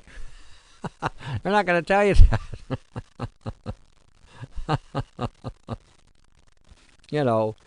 When you're looking at things today, food supply, spraying nano silver in your food supply. Why are they putting nano silver? Why aren't they putting a colloidal? Why are they selling these things in the health food store? Why is silicon dioxide in your vitamins? Why is silicon dioxide in your pharmaceuticals? This is really an outrage when just looking at that one excipient. When you start looking at titanium dioxide, aluminum, 2 other metals there that they're putting in there. Why is that there? When you're looking at some of the things in your prescription, why does aspirin have coloring agents? Yellow number 5, yellow number 6 that can trigger an asthma response. Why is that there? These are questions you should be asking, hard questions. And you shouldn't be getting afraid to ask those questions. The problem is we've all been subjected to not saying nothing, going along to get along, the whole 9 yards. And it's time everybody spoke out. Because if you don't speak out, nothing is going to change. And at this stage in the game, it's going to be like putting a crowbar in a bicycle spoke. It could definitely create a major hiccup in the system. We're looking today at when you're looking even at transgender, the concept of transgender. Okay. Oh, before I forget, I was talking to a buddy of mine, another colleague and friend, and he made a comment to me about Canada. 1% of the Canadian population, 1%. Okay, we got 34 million people in this country. 1% of that 34 million people are gay. 1%. Do the math. 1%. And yet they get 99% of the exposure, which is basically leading people to think, to believe that we have a predominantly gay country and that homosexuality is an accepted way of life here. It isn't. It's only a very small minority. And when they incorporated that statistic, this is basically also talking about women and men who may have even tried to have a homosexual activity. They were exploring with it, and they incorporated that into those numbers as well. So if you just think 1% of the population is only gay, okay, and they're exposing it 99% of the time, then you know they're following the Hitler regime motto. Tell people a lie long enough and they will believe it. Same thing with this transgender. I was watching something from Iceland. A couple guys there were saying that they were transgender and they were proud and they were putting makeup on and they thought they were so cool. This isn't cool. This is a violation of human dignity and human rights. These people have been experimented on. Okay, these people have been violated genetically. These people should be taking up arms and suing the governments. They should be suing these institutions. They should be suing companies like Bayer and Monsanto, Syngenta, Pfizer, IG Farben. They've been putting all this crap into the food supply to basically strip down the male population, keeping the species weak, if you will. So when you start seeing all this rhetoric on the media, start looking at the actual percentage of people that they are exposing. Nothing should be getting this much. This should not be getting this much exposure. It's such a minor thing, but it's a major event because these people have been genetically disorientated. They have been genetically damaged. They've been genetically violated. And this is how you have to start looking at this. This is not like one day, oh yeah, I was straight. Next day, oh yeah, I woke up gay. No, it doesn't happen that way. Something would have had to cause that adversity to occur. So keep that in mind when, you see this kind of thing going on. Don't hate these people. These people are victims of a bad experiment. We are all victims of a bad experiment. We have been victimized, especially my generation from the 50s. We were the prototype. Can you imagine today's generation? They're the end run. Imagine the kids being born today with the nanoparticulates in the seed and in the egg. We don't know what that's going to do. We don't know what kind of genetic anomaly that's going to create. We have no idea. None. So, like I said, when we're looking at some of the things that are going on today and we start understanding the nature of how we've been violated, everybody should be pissed. and good and pissed on this. You know, you, there we go. There we go. See, there we go. When we're talking today about simple little things that can clear up a lot of this stuff, okay, these things take time, especially if your genetic code has been damaged. And you're going to need to take things to, again, regain and regenerate their genetic code and get it reboot and get online. But the first thing you got to do is you got to get these things out of your system. You got to get the nano out. All of us who are suffering, whatever it may be, whether from cancer to canker sores, from arthritic issues, anything with an itis at the end of it for the colon, anybody who's got pancreatitis, anybody who's got GERD, pylori, anybody who's got any kind of respiratory issue going on, you can almost trace every condition that we're dealing with today to the nanopoisoning that we have been exposed to, because it has been we have been saturating with it for over 50 years. Okay, like I said, it started in 1960, so we're at the year 2017. We're still here. See, they're pissed because we're still here. So it's 57 years we have been exposed to high level of nanopoisoning. And when it attaches itself, when the silica attaches itself to the bone, it triggers an autoimmune response, again, causing a great deal of pain. Okay, when we come back, I'll have to hopefully the list up, and we'll keep on going. All right, talk to you in a bit. Hey, everybody, welcome to independs.podomatic.com. Sorry I'm a little late putting out the show. I got super behind. One of those things where everything comes all at once, and so I've been working on the show, and I decided I would, talk about things that would, some of it common sense, some of it would be like kind of a reminder, some of the things, because we get caught up on so many different venues that, things can get really hectic in life, and we forget about some of the things that can be quite problematic. And as a result,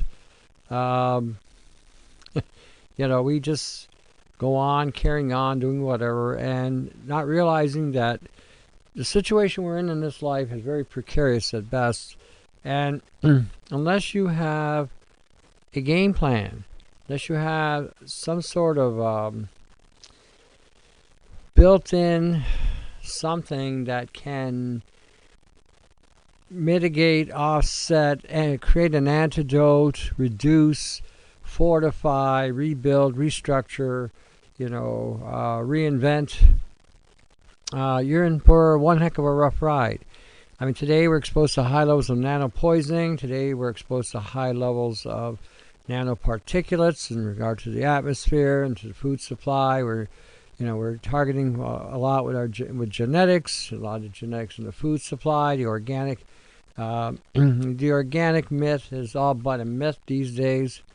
And I'm going to further explain that too in another report. I'm going to show how, again, it's not the farmer's fault. Let me emphasize this really strong.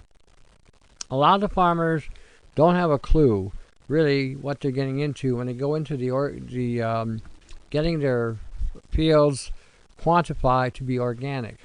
They don't really realize that no matter what they put in the ground today, it's going to be non-organic. I don't care if the seed is clean. I don't care if the product is saying whatever it's saying. The moment they put it into the ground, it has become corrupted. That is how bad it's become. Now, I'll explain this real quick, just so that everybody has an idea of what I'm talking about in regard to some of the stuff that I'm referring to. This was a study done, I think, actually out of India. I mean, I'm going to talk about the trace metal toxicology, because everybody's talking about using trace metals, trace minerals in their diet, but a lot of people don't realize that when we're talking trace minerals, in small quantitative amounts, they're okay. In a micron amount, they're okay. When we start talking nano, we're talking a completely different animal. Let me refer something here. Vegetables take up metals by absorbing them from contaminated soils as well as from deposits on parts of the vegetables exposed to the air from polluted environments. When I say there is no organics, there is no organics. Vegetables take up metals by absorbing them from contaminated soils. All can get down to the nitty-gritty. All right, I want to talk about some of these excipients. I want to get into it a little bit further. And again, I got a lot done, and there's more I got to do. And when I get this done, I'll have this up on some site, my site, or some other ones. And if you want a copy, feel free to send me an email, and I will send you a copy. I'll probably put it in a PDF format so that you guys can have it. And again, you can share it. We need to expose this with each other. You are going to be dealing with people who have been hypnotized most of their lives, believing in a system that has been screwing them royally. And so all they know is the screw job. They don't even know how to look at things properly. So all they know is what they've been told. When you see a person saying they got a degree, they got a piece of paper from a university, what that all means primarily is they've been programmed to do it their way, this particular way. Doesn't mean they're any more educated, they're just programmed. And that piece of paper basically is an indication that they have successfully been programmed. That's what it means. You have been successfully programmed by the institution of XYZ 123, and it's cost you $50,000 a year to be programmed by our institution. That's what goes on. Have you ever noticed a lot of your doctors have certifications on there, all kinds of certifications above them, but absolutely have no idea how to help you? Interesting educational system we have where it becomes completely useless. Completely useless. What's going on here?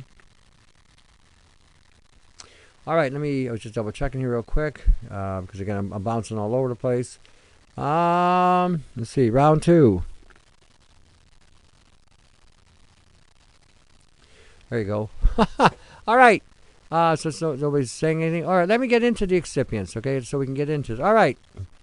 They have, excipients are basically what they're calling the glue which bind and stabilize the supplement. That's what they're saying.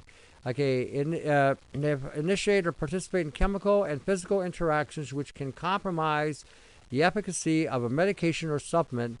Excipients and fillers can influence the efficacy and quality of a supplement and drug and are best avoided when choosing supplements, because a lot of times when you're taking a supplement and they've got these excipients in there, they literally shut down access to the supplement, or they bind with the supplement and shoot it out the door.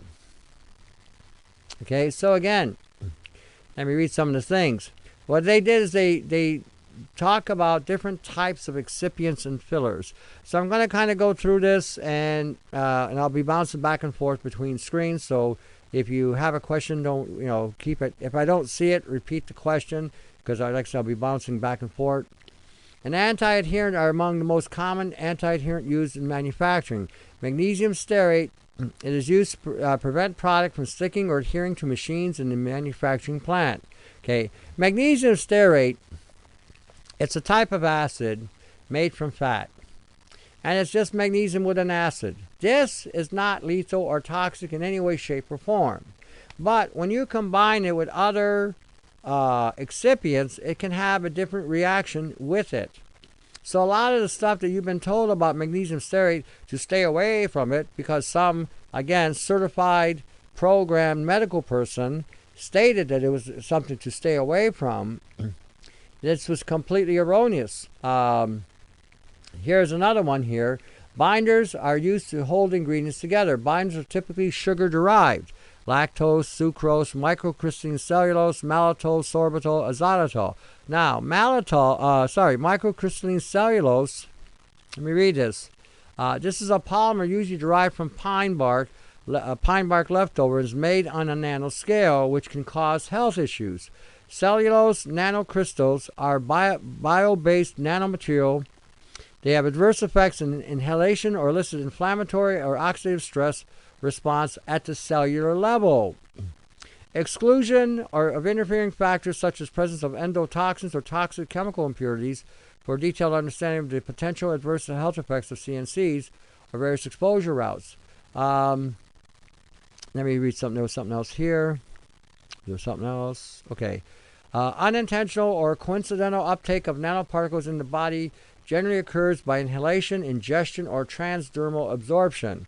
In addition, nanoparticles may be present in medications, vaccines, or in all the vaccines administered by injection, demonstrated pulmonary, oral, dermal, and cytotoxicity. Okay, this is some of the things that can happen by using these things because they are on a nanoscale. Coatings. I didn't get a chance to look at this one. Hydroxypropylmethylcellulose. This is another, again, form of polymer which doesn't break down. It doesn't always pass through the system like they say. It can be accumulative with other nanoparticles that are in the system, which will use this as building blocks to create networks. Fillers and dilutants add bulk to products, making very small active components easy for consumer to take. Includes lactose, sucrose, magnesium stearate, glucose. Again, when you're talking plant cellulose, this is again a polymer, which again is most of the time is on a nanoscale. So these are some of the things we want to start looking at and start understanding. I'm going to see here where I've gotten. Okay, labeling guidelines. Excipients and fillers are listed as non-medicinal ingredients on supplemental bottles. The law, however, does not hold true in the pharmaceutical world. They're supposed to list them in descending order from most use to the least use when within a given product. It is required by law that all supplements list non-medicinal ingredients. This law, however, does not hold true in the pharmaceutical world. Drug companies are not required to list the non-medicinal ingredients on dispensing labels, so you don't know what you're getting. All right, magnesium stearate. Solid white powder at room temperature is an FDA-approved inactive ingredient commonly used in the pharmaceutical industry as a diluent for the manufacture of tablet, capsule, and powder. As magnesium stearate is generally recognized as safe. This is the grass thing again. Again, I don't hold a lot of faith in grass or the FDA. Magnesium stearate exists as a salt form and is useful for its lubricating properties for capsules and tablets in industry. It is used to help prevent pharmacological ingredients from adhering to industry equipment. Magnesium stearate may be derived from both plant and animal. So, let me see here. Yeah, animal sources. Okay, that's basically it. All right, so when we're looking at this, basically, stearic acid comes from saturated fat. That's where a lot of this comes from. And if I'm not mistaken, when I looked at this, I have to do a little bit more research on it, but the octadeconic acid is another acid that we need. It's another acid that's required for our system. Well, we all know about titanium dioxide. Titanium dioxide can cause, we talked about this on one of the shows. Titanium dioxide, nanosilver, cadmium can literally shred the testicular integrity of the tubes inside the testicles, because these things can bypass the blood barrier of the testicles and cause a great deal of damage. Okay, we're talking silica. Let me read to you something about diatomaceous earth for some of you who think it's still safe. Diatomaceous earth in cottage cheese as a concentration of 5 milligrams per gram of cheese. Okay, 5 milligrams, that's like not even nothing to a gram of cheese. 1 gram is 1,000 milligrams. So this thing's like 200. The cheese is 200 times more than the diatomaceous earth when they mixed it together. Okay, this is what they found in rats. The lifespan of rats were 840 days. After they started giving them this stuff, it dropped down to 690 days. That's a 150-day loss. That's 4 months of life taken from them. What they found was 5 malignant tumors: salivary gland carcinoma, skin carcinoma, sarcomas of the uterus. Does that sound familiar with some of you women? Sarcomas of the uterus, peritoneal mesothelioma, benign tumors, mammary, fibroadenomas, one adrenal. I mean, this was now they found this in rats. So to be in all fairness, but this can translate into other mammalian life. Parabens. There's a growing concern that parabens can cause hormone disruptions, and they have been found in high concentrations in breast cancer tumors because, again, they will attach to the receptor sites. So here we are using things thinking they're safe. And where do you find a lot of these parabens? In a lot of your creams, but sometimes you do find them in supplements. And when you start reading about these things in supplements, you got to think to yourself, who's hijacking us here? Who's causing, this insanity to occur? Paramelase K9 has 475,000 USP plant enzymes. Okay, there you go. So again, when we're talking, when you use these things, you'll be surprised the effect they'll have, and they can also help flush the system. Okay, enzymes are going to be big, especially if you're past the age of 40. You have over 5,000 enzymes in your body, which again, your body is constantly activating these things in order to create a chemical reaction to protect your body, also to produce certain things, to produce antioxidants, to help regenerate the system. These are very crucial and actively altering the chemistry of some of these things so that we can use these things properly. So when we're looking at some of the So when you're looking at some of the stuff that's going on today, or what you're doing and what you're taking, okay, this is going to be like I said, you need to look at these things and look at them really well. Look at what's in them, Look at it, like I said, it's the contamination factor you got to look at, because if you're not looking at that factor, you don't know, seriously, if this stuff is even going to work in you. A lot of you have been consuming a lot of different foods, especially breads and grains, and you've been told about all the wonderful safety, what I call the pseudo grains, the quinoas and everything else. And when you're looking at those things too, they will also be contaminated. So you're not going to get around this thing. Try to avoid what you can, and then try to neutralize what you can. So when we're looking for what to do, pay attention. That's all I can tell you. Pay attention, pay attention, pay attention. And when you understand what's in these things, then you can start looking at how to get these out. How do we get silicon dioxide out? How do we get some of the titanium out? How do we get, some of the aluminum out of the body? Well, aluminum we can get out very easily by using Epsom salt. Teaspoon of Epsom salt in a glass of, in a 17-ounce, 20-ounce water container, and a teaspoon of borax, and you've got a very powerful fortifier of the system. The borax amplifies the magnesium. The magnesium then flushes out and pushes out the aluminum. The sulfur and the borax actually can help flush out radioactive material from your body. It too can bind and cling to the aluminum and get that out as well. So we can do things. This is one simple method. You can go to any dollar store, pick up the Epsom salt, and away you go. Don't get caught up when the health food store says, oh, you shouldn't be using that product because it's got contamination. Okay, a lot of people are worried about Arm & Hammer. Arm & Hammer is a clean product. Again, it's sold at a ridiculously low price. The health food store cannot compete with it. And what happens is they target these things and, again, unjustly criticize these things, and there's nothing wrong with these things. This is where you're going to have to start using your head and quit listening to the sales rhetoric on these things. Borax you could buy at any grocery store. 20 mule team borax. You'll buy it. It's like usually $5-6 for a 5-pound. I think it's 5-pound box.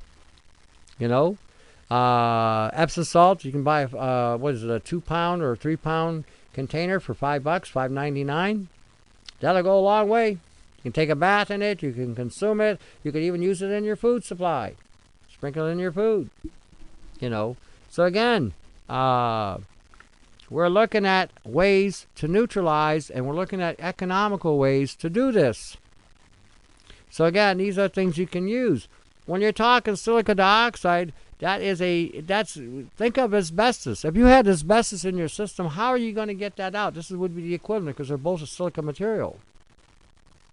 Well, you're going to use the sodium thiosulfate to help get that out. You might use the garlic and MSM formula we show you on the YouTube to get it out.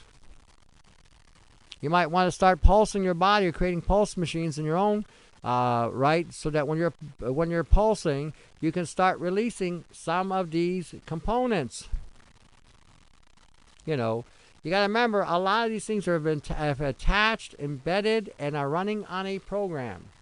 And the program is to assemble.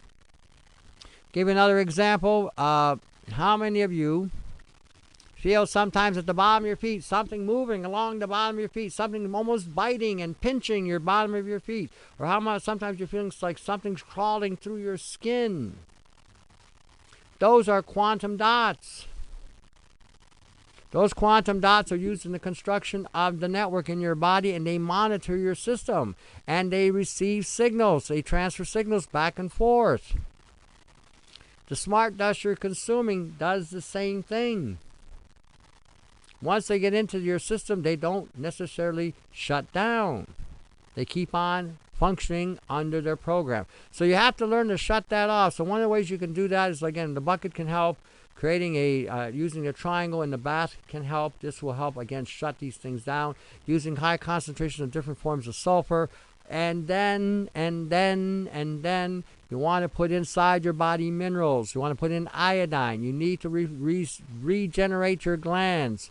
You want to put in selenium to help reboot your immune system and support your heart and your heart rate. You want to support the liver and the glutathione levels in the liver. You want to use boron or borax. You need to refortify the skeletal structure, and you need to flush out radioactive material that you've accumulated. You didn't get the radioactive material from Fukushima. You got that radioactive material from the exhaust from airplane exhaust. Those lines in the sky are chemtrails. Chemicals are coming out, and strontium and what's the other one? Thorium are coming out, exposing you to radioactive material. Okay, you need to protect yourself against this. Okay, look up in the sky. Does that look like a condensation trail lingering around? Okay, how many of you, again, in your 50s, remember going outside and breathing out in a cold winter day, the condensation that came out of your mouth? Did you, when you were walking and you were blowing oxygen or carbon out of your body, was that carbon following you everywhere you walked? No. It vaporized, crystallized, and disappeared. Why isn't that crystallizing up there? Because it's loaded with chemicals which come down in 23 hours. How many of you seen the red sky at night, that bright reddish orange tint? That is not the sun reflecting on the horizon. That is lithium. And NASA has validated that. And then in the health food store, they want to sell you more lithium. Tell them you're getting your daily dose every day when you go outside.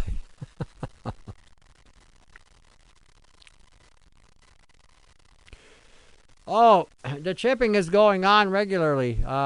Just about everyone who has probably been chipped, I would say, or a chip has assembled in your body through the network of these nano programs. I pulled out chips out of my body and implants as well. I have pulled out off the top of my eye, behind my neck, on my cheeks. You know, they're all over. I've pulled out things, and all of a sudden triangles and squares have formed underneath. So yeah, he's probably correct. If you're hearing signals, if you're thinking thoughts that aren't yours, let's say you're thinking thoughts that are high, concentrated anger thoughts, anxious thoughts, fearful thoughts, sexual thoughts, greedy thoughts, violent thoughts. Okay, these thoughts are being pumped into your head. Those aren't even your thoughts. And when you start recognizing those thoughts are not your thoughts and say, where did this come from? Watch how fast that stops.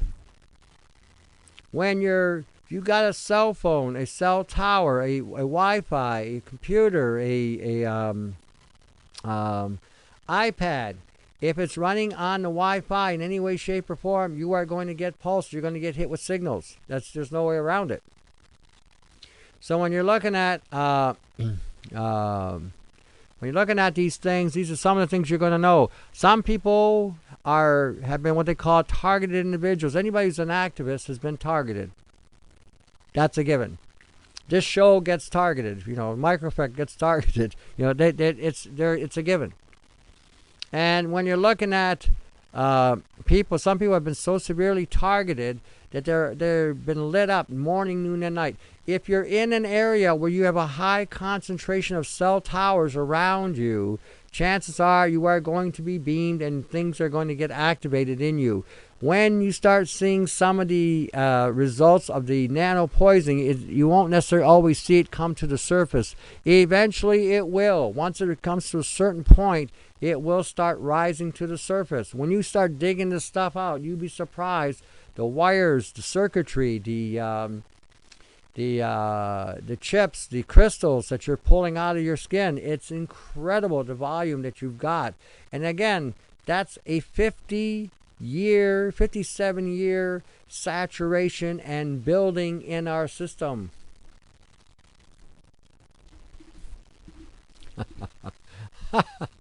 When you're looking at, give an example what to expect as well. Let's say you're in front of the computer and you're really focusing on some research. And in that research, you're really focused, and all of a sudden, on the right side of your head, you're feeling negative thoughts, thoughts of violence, thoughts of pain, the things that you've endured in your life, hard times you've gone through, abuses you have suffered, humiliations you may have felt, anxious thoughts, violent thoughts. You may see this going on. This is data mining. You may even see in those thoughts where a situation happened where you were a victim and all of a sudden you became the hero. That's your thoughts being manipulated. On the left side of your head, you may feel thoughts coming out where they're more amorous, sexual thoughts, love thoughts, pleasure thoughts, happy thoughts, shows that you've watched and made you feel, cozy. Movies you've gone to that have entertained you. These are your thoughts that seduce you. These are the thoughts that are also being data mined, and this is all coming from the AI. The only way that could happen is if there is an access point inside of you where it can go in and access. So again, keep that in mind. Keep that in mind. When you're looking at, a lot of women I've talked to, they have some pretty heavy-duty, violent thoughts. A lot of them that I've talked with have had a pretty rough go, either as when they were growing up or when they got married in a relationship, and they didn't really have a relationship. They had a coexistence that got abusive.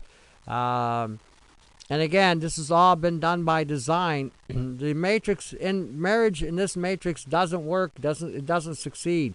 There's so much stress on people to break up when you're married in this matrix. If you're still together, chances are you're both awake and you're both aware of what's going on. If you're not awake and not aware of what's going on, then there's a high probability your relationship is not going to last. That's the way it is. If you are involved with somebody, if you're awake, they better be as well, because in the long haul of it, it ain't going to survive unless that person wakes up. So that's where it's at today, and it's how it's been done.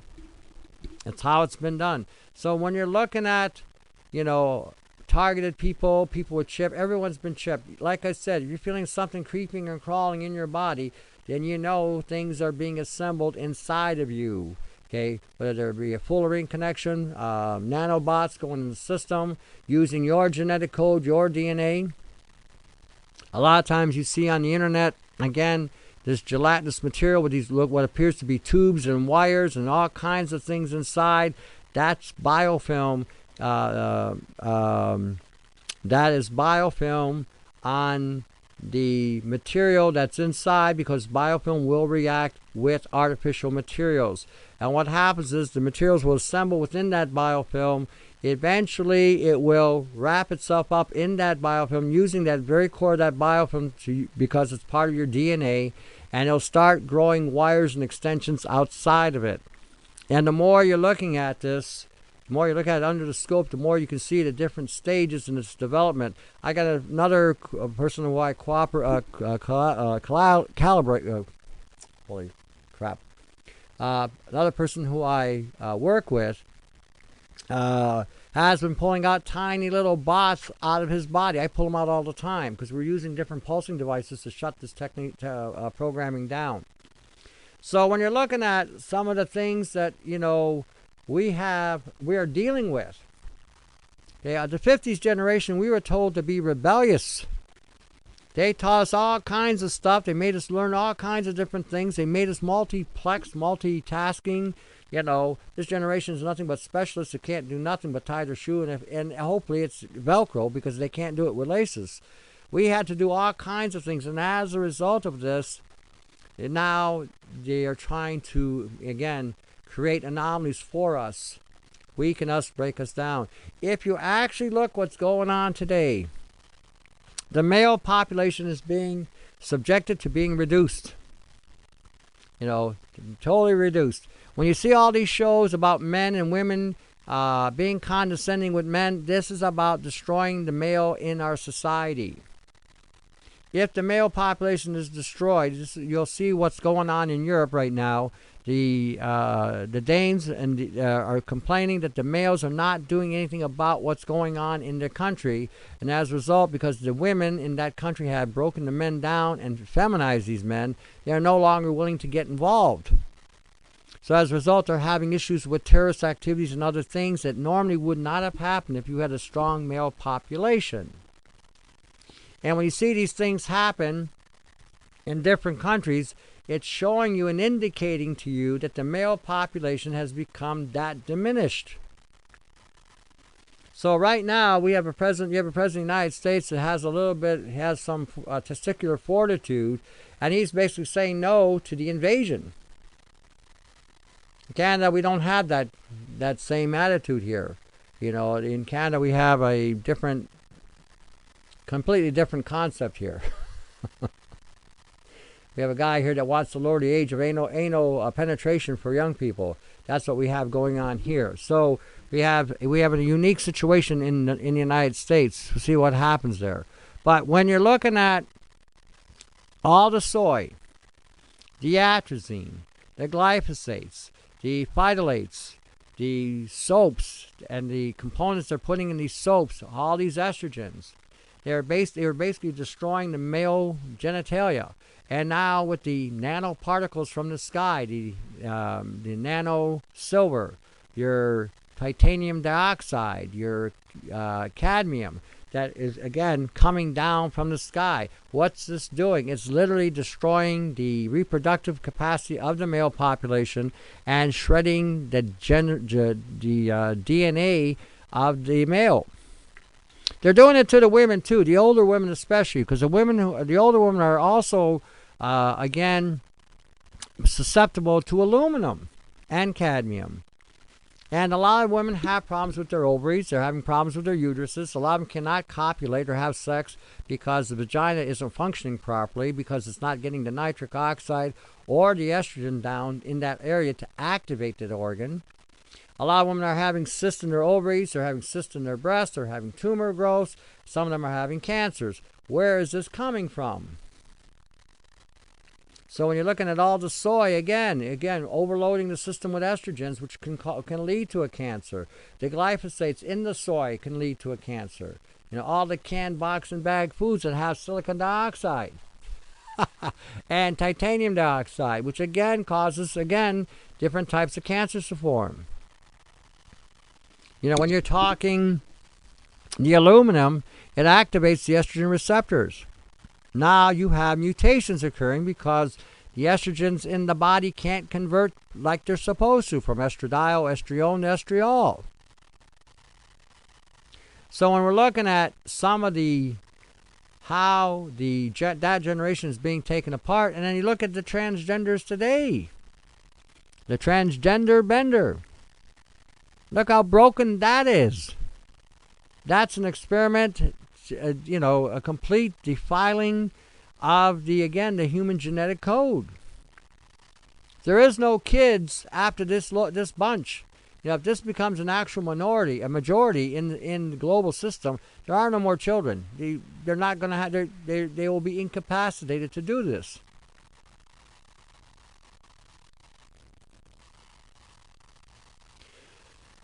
So again, think in terms of what you're being exposed to and how we can shut it down. We know that if we have an estrogen in the system, we have to clean it up. Okay, we know we got to do this. What can clean up estrogens? Well, we got a ton of things that can clean up estrogens.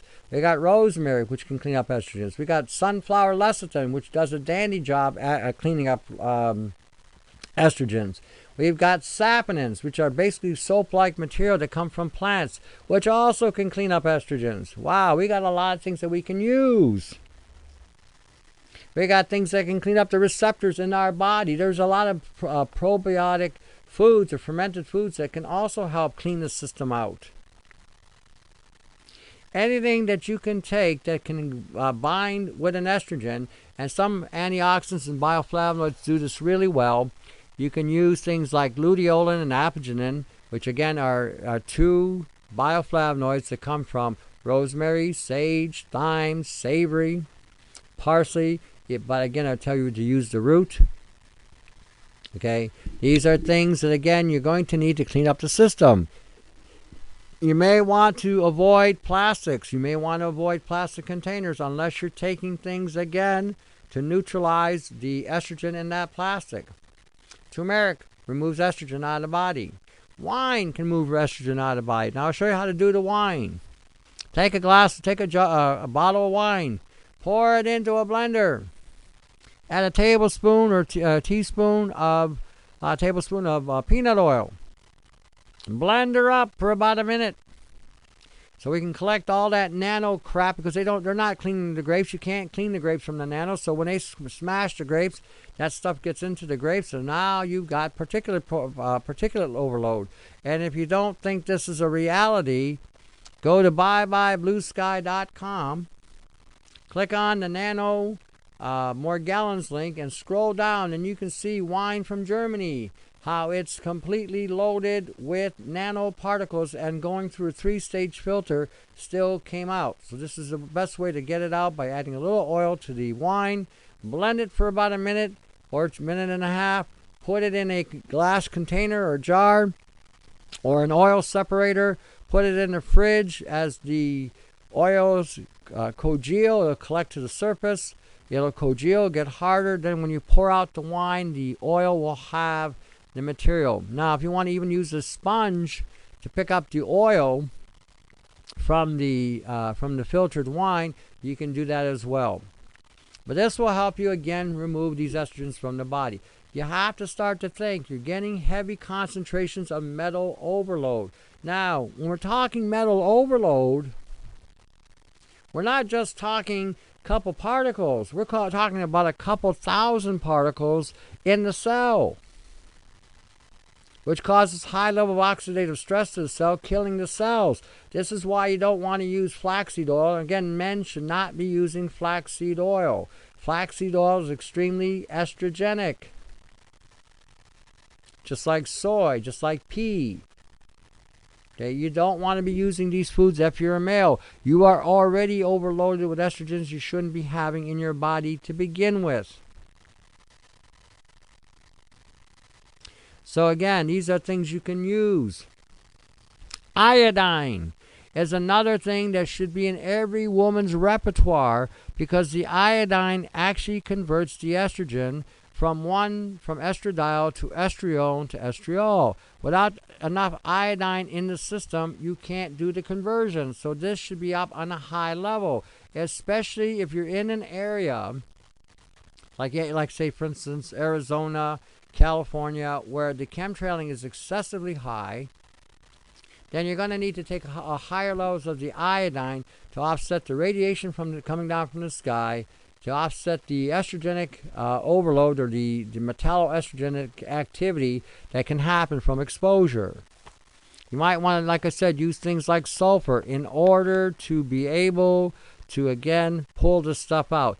Sulfur is another thing that can help relieve the liver from the high levels of estrogen that you may be accumulating. Sunflower lecithin acts as almost like a soap for the liver to actually remove things out.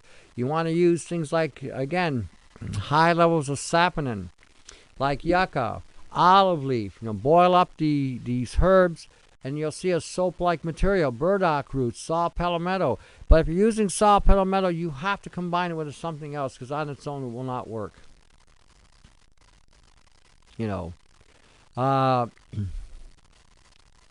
So again, so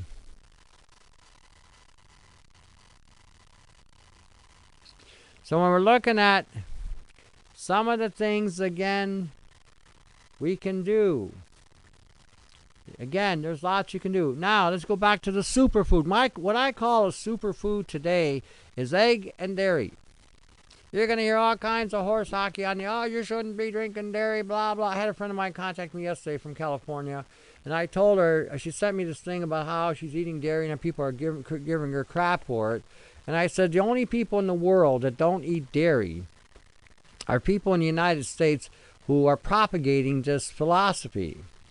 Every culture on the planet, East India, the Mediterranean region, the Baltic region, European region, Africa, South America, Australia, New Zealand, all do dairy. The only country that may not do dairy, or the only part of the world that doesn't do dairy, is the Asians, the Chinese, and the Japanese. And they're consuming it there as well.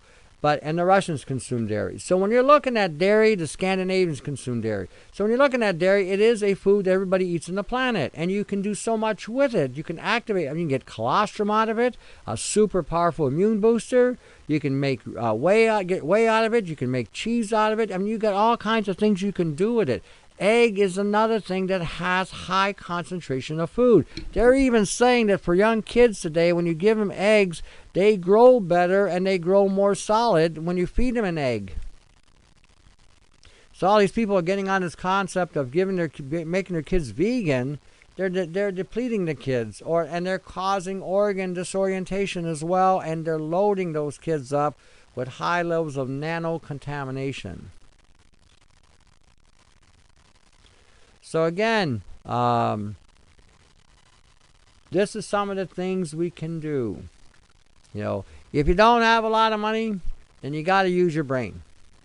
That's the way it is. If you're poor, you got to think. If you don't think, you're going to be dead. The poor you have with you always, but the poor have to be innovative. Okay? If you're poor, you don't have a lot of money, then you got to use what you got, and then you got to neutralize what you get.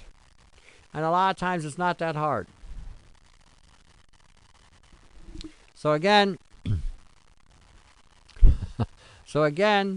when we're dealing with some of the things that we got, okay, let's go back to milk. Make your curd and whey.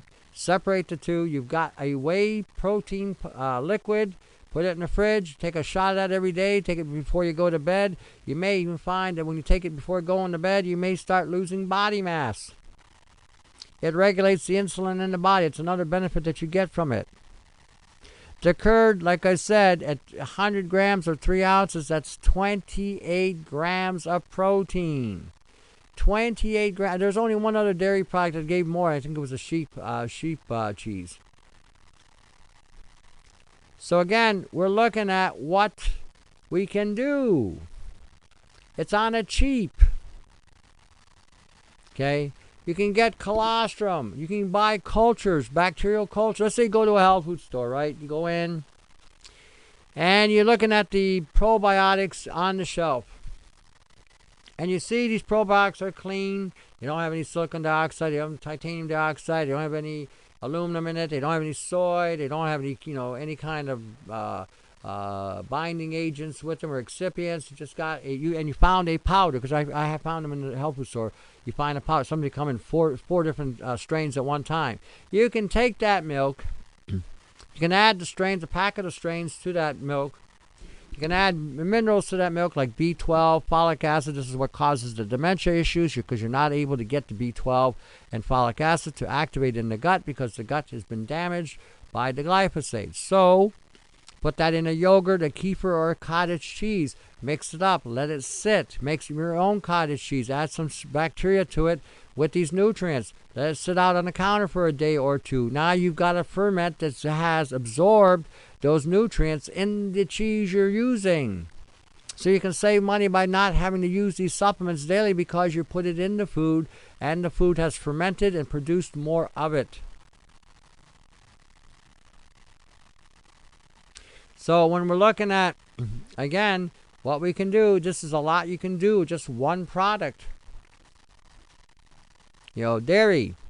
And if some of you are still having, issues with dairy, well, I always tell people, if you're a believer in God in any way, shape, or form, and you believe in the biblical standards, then God did use the term milk and honey. A land flowing with milk and honey. If milk was bad for you, he wouldn't have mentioned that it would be flowing. And doesn't say in there that you shouldn't eat it either. So again, you may want to, don't quit listening to people who are misinforming you about one of the best body-building, body-supporting, immune-enhancing products you could ever use comes from dairy. So again, think in these terms. Think in, what you can do. Anything that you can do to fortify your internal, your insides, your organs, your skeletal structure, your enzyme production, your capacity to utilize the foods that you're eating better.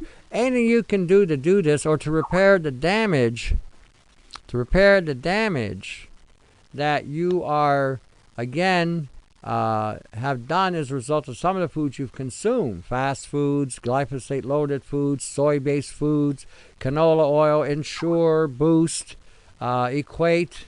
These foods are all, basically they break you down. They break down your pancreas, they break down your colon, they break down your esophagus, they break down your thymus, they break down your stomach. So again, think about what you can do, how you can do what you can do. Okay? If, like I said, milk, egg, potato, really cheap, really inexpensive, and again, we'll give you everything you've got. You can ferment it, you can add things to it, you can make yogurt out of these things by adding the cultures to it. You can make a cultured milk. What I did with my cultured milk, just to give an example, I have a 2-liter jug or 2-quart jug. I filled it up, so far up, 3/4 of the way up with milk. I've added colostrum to it, B12, B3, B2, B4, B5. I added some zinc, some copper. I added, again, 13 different strains of bacteria that I put in there. Shook it up, let it sit on the counter. It sat there for 3 days. I added some propionic acid and some butyric acid as well. Shook it up for 3 days. Put it in the fridge afterwards. Every time I have my unpasteurized milk in the morning, 25% of that milk is that culture. So when I blend it up, I'll add a little maple syrup to give it some flavor, and away we go. Solid for the day. The fat in it is good. The nutrients in it are good. The bacteria in it is good. Again, it's helping my body regenerate and repair my insides. This is what we got to start doing. How many get toothaches? Okay, how many of you are getting toothaches? Toothaches are coming from the gut, damaged gut. And if you're eating bread, grains, and cereals, and rice and corn, you activate, all of a sudden you got pain in the teeth. Something you might want to, again, consider.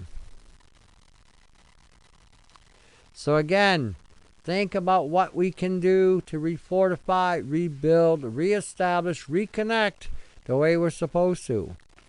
Eliminate a lot of the toxins from just the health food store.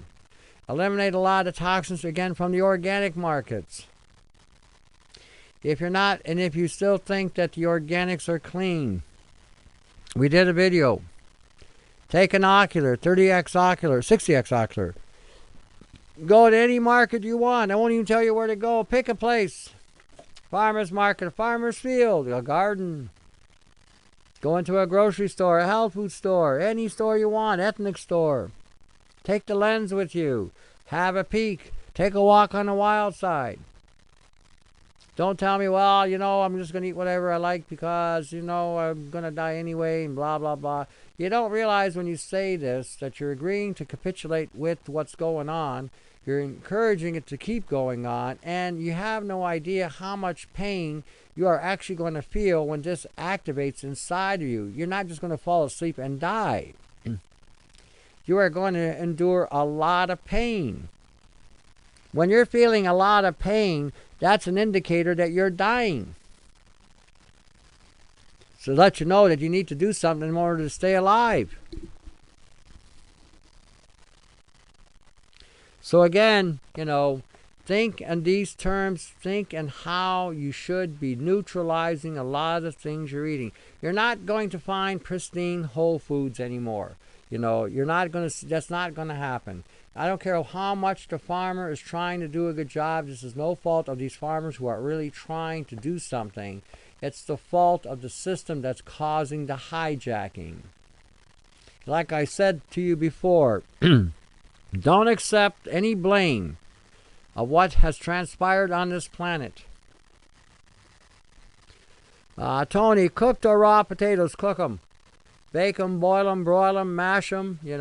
If you're a woman and you want fried potatoes, soak them in either MSM, dissolve some MSM or some form of sulfur, garlic, onion, leek, chive. Soak them in there for 15 minutes before you cook them in oil, or add calcium chloride to them in water and let them sit for, again, another 15 minutes before you fry them. This way, you don't get acrylamide poisoning. Okay? So, the detoxing is going to be a daily dose, and don't use these detox kits, because the majority of these detox kits are not going to work.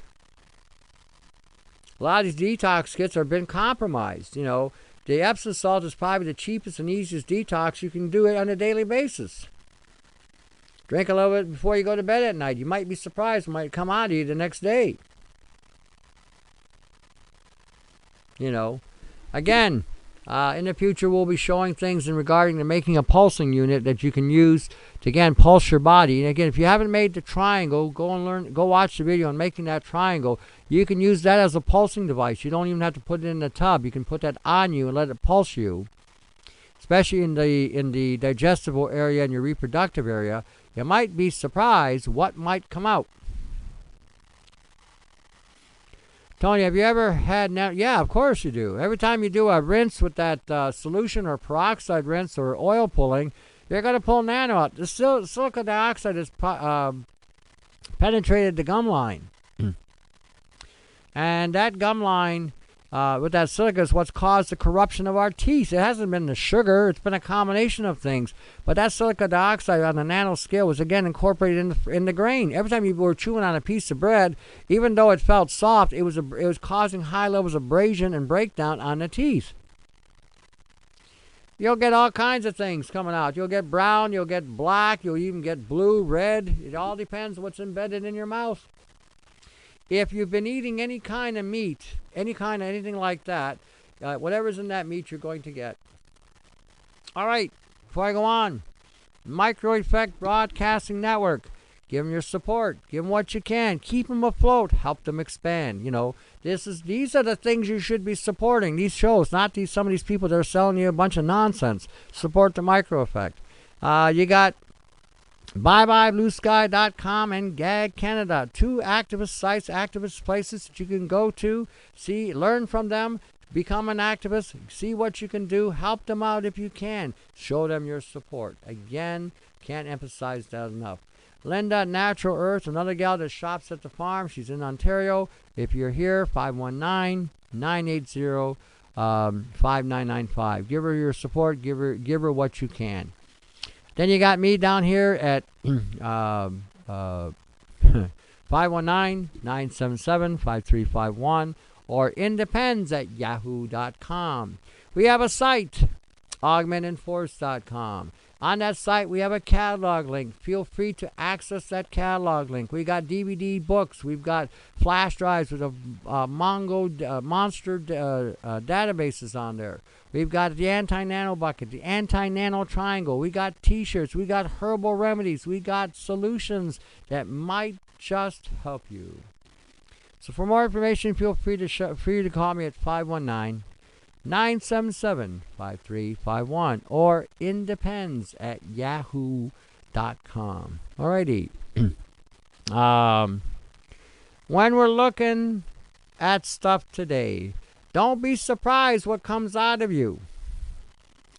You might see smart dust come out of you. You might see wires and fibers come out of you. You may see chips come out of you. You may see crystals come out of you. You have no idea what they put into you. I have a good idea because I've been dealing with it for quite a bit of time. And sometimes I'm still amazed what keeps coming out. We are being reloaded daily. Look up in the sky. Get your daily load of fumigation. Look up in the sky. Get your daily dose of chemtrails. Look on the earth. Get your daily dose of nano. Look on the earth. Let's get some synthetic biology going on into your system. That's another term you might want to look at. When you get a chance, go to my site, augmentinforce.com. Look at the synthetic biology course link. Look at the nano links. Look at the glyphosate links. There are sometimes solutions in those links. You might be surprised what we have been exposed to. If you are interested in a compilation of nano information and nano databases, feel free to email me at independs@yahoo.com, and I will give you a 360-page compilation of this technology, and you can see firsthand how it has hijacked you, how it has taken you apart, and how today they are trying to sell it really hard to the general population at the wonders and greatness that this stuff is going to do, and everything that it touches, it alters. Everything. Plant life, aquatic life, amphibian life, reptilian life, mammalian life, human life, it alters. There is no exceptions. So when you're looking at that information, it's going to, again, give you the means and the ends to know what's going on and how to, again, deal with it. If you don't know what's happening, you become the victim of people who've been programmed by institutions to do things the wrong way. That's about the complete summation of what's going on with certifications today. They have been given the program, especially in the medical field, they've been given the program to do things the wrong way. And when you come see them, what they give you is nanotechnology in a polymer material causing more damage, more alterations to your genetic code in your system, further causing compromise in the body. None of you women should be having issues with PMS. This was again induced. None of you guys should have issues with erectile dysfunction either. This has again been induced. All right, I hear the music. Thanks for tuning in. I appreciate it. Again, go to the sites, support the micro effect. Can't tell you to do that enough. Until next week, stay tuned, support each other, cooperate. Take care, eh?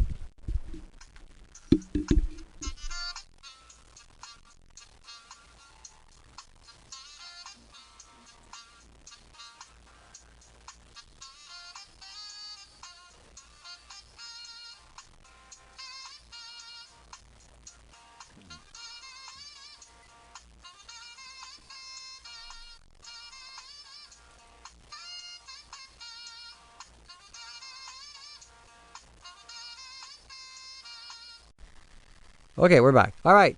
Welcome back to The Remedy. Hi, I'm your host, Tony Pentelresco, and you're listening to us live on the Micro Effect Broadcasting Network. We've got all kinds of things that we're dealing with. Now, I'm going to show you some things tonight that you can start using to fortify your body. The whole concept here of getting rid of this nano is you're going to have to use the nano solutions. If you go on my website, augmentinforce.com, there is in there a recipe for a YouTube link. Click on it, get the anti-nano bucket going, get the nano solutions going. Go watch the videos we did on the nano triangle, and go watch the video on how to strip nano out of your food supply. Somebody contacted me today and said, well, you know, I'm a vegan, blah, blah, blah. You know, I just been started vegan. I told her vegan is insanity in today's time. So don't get caught up in thinking that if you just eat vegetables, this is going to go away. It isn't. If you eat a high concentration of vegetables grown on the surface, I assure you, you will be saturating your system even more so with the nano. Excuse me. Hold on a second. So, if you gotta eat root vegetables, if you gotta eat vegetables, eat root vegetables, carrots, parsnips, onion, garlic, turmeric, ginger, galangal, beets, celery root. These are things you want to incorporate. You want to use fermented foods as much as you can.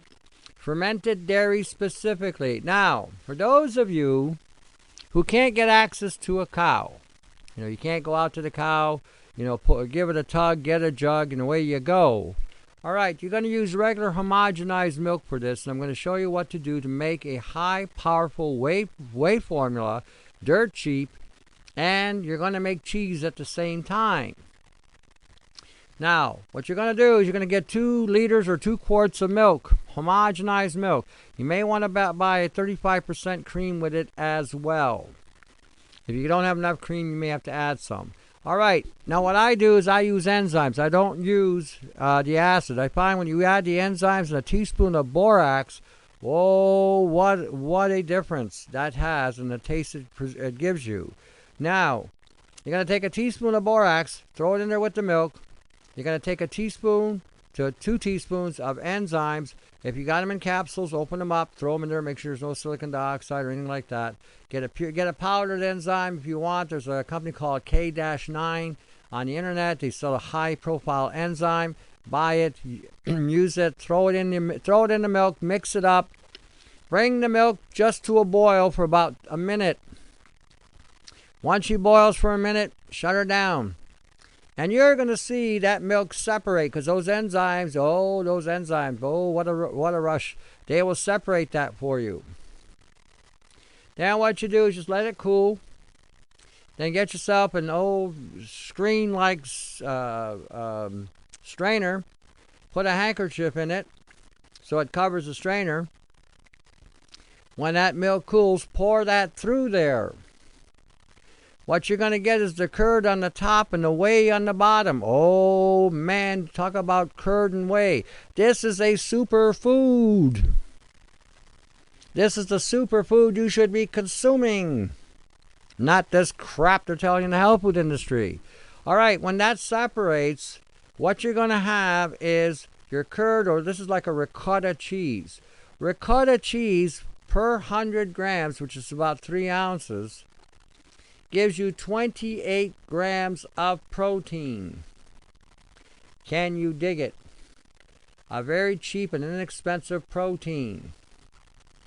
Now, let's say you want to make a delight for your children. Take a little vanilla, take a little yogurt, mix it with it, blend it together till you got a nice smooth spread. Feed that to your kids. There's your protein. There's your boron, there's your calcium, there's your phosphorus, there's your magnesium, there's your vitamins, all wrapped up in one. The whey, on the other hand, is going to have a higher concentration of the nutrients that gets extracted out of that cheese. This is a body-building food. And when you start eating this, now you can also do something else to it. You can also add a little cream to it if you want, if you like a little more fat in it. And when you start eating this, I assure you, a lot of you are not going to eat all day long. It's going to hold you pretty heavy. And you're going to see that excessive body mass go down. Without the need for speed, without the need for Garcinia, nothing that doesn't work. You know, without some of the crap that they're promoting. Because once you start putting that in your mouth and you eliminate the grains out of your mouth, which are loaded with silica dioxide or nanosilver, mixed with a carbon, which makes it a superconductive material and a binding agent in the body, producing biofilm, once you eliminate that, you start rebuilding your body. What's the name of that cream in the tube?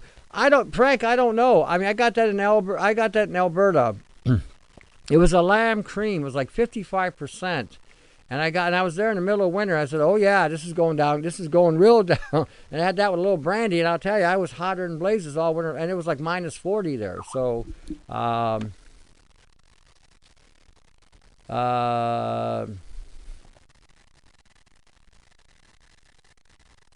so when we're talking what to do, I'll repeat the instructions. It's real easy.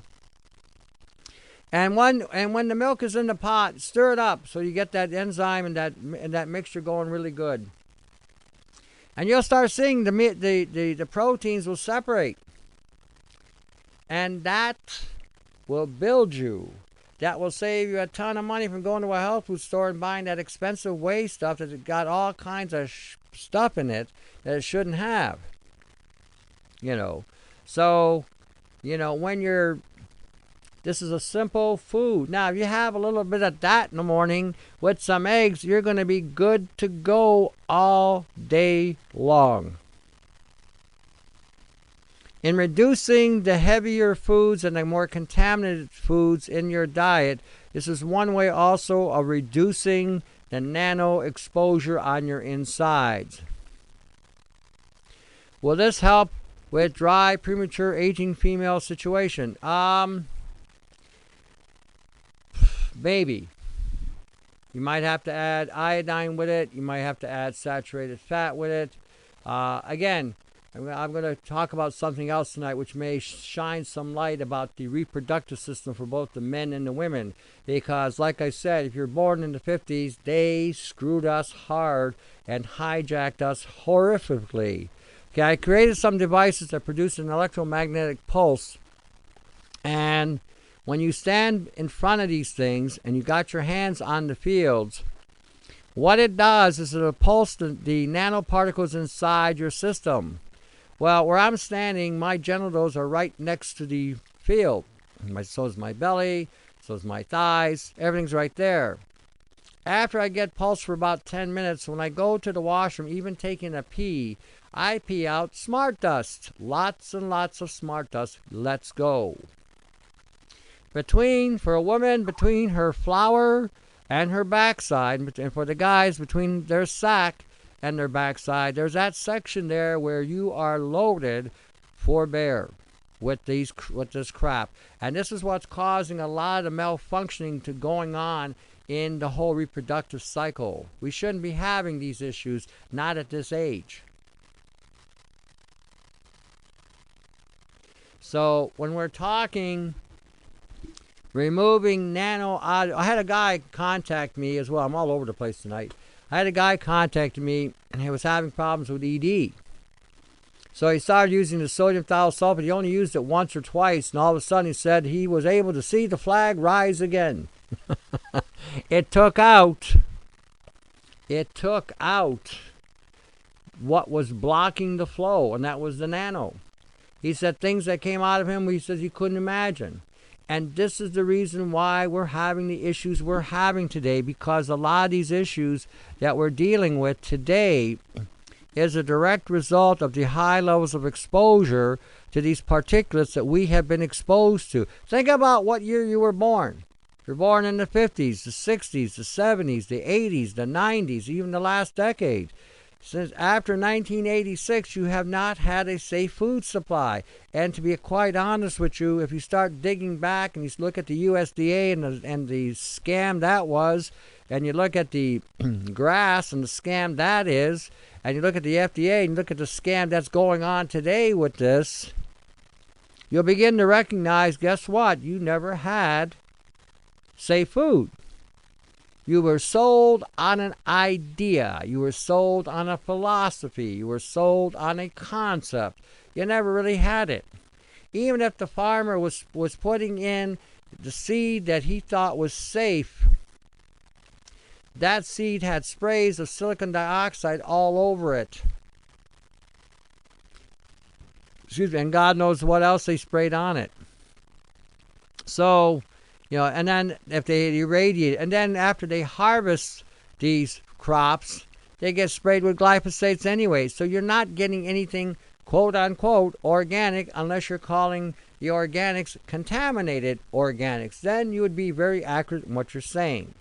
The farmers today don't have a hope in blazes. Between the chemtrails from the sky coming down, and there's nothing they can do about that. It's a direct attack on the planet.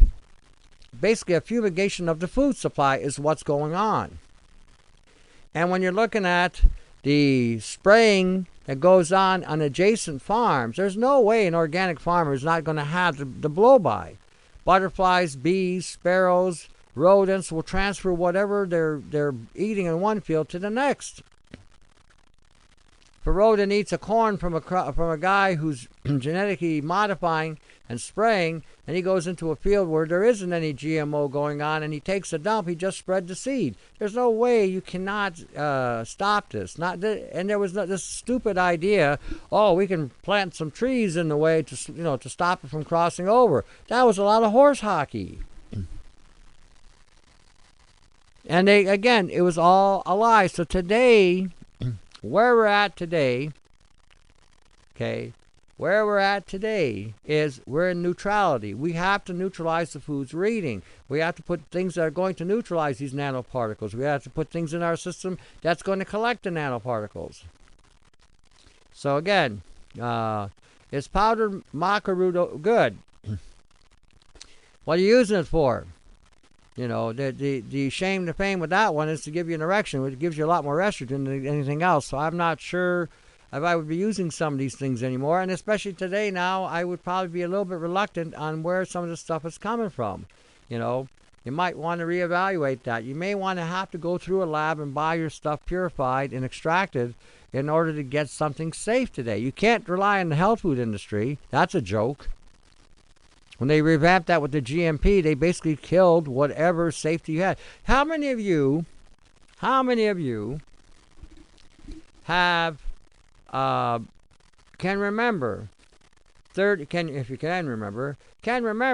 40 years ago you went into a health food store, you picked up some items that you might have been sick, you might have picked up some garlic, some octocosano, BHT, whatever that was there. You took the stuff, 3 days, you kicked the habit, moved on, you're back to being strong and healthy.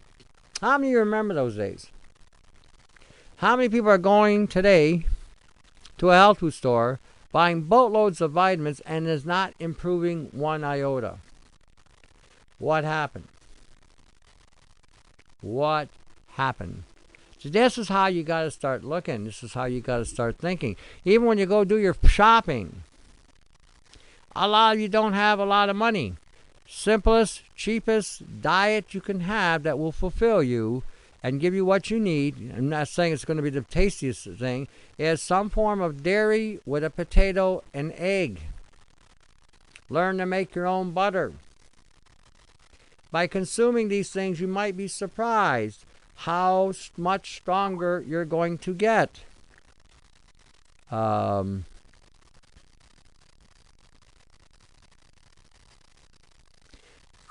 again, when we're looking at, oh, we got somebody here? Oh no, okay. What's going on here? All right, I'm just checking things out here. I'm getting beeped here.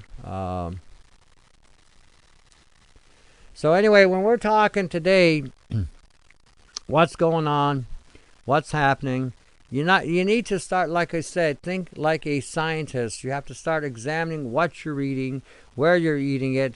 Yeah, again, you might want to start looking at, again, learning to neutralize what you're doing. If you can't find that canine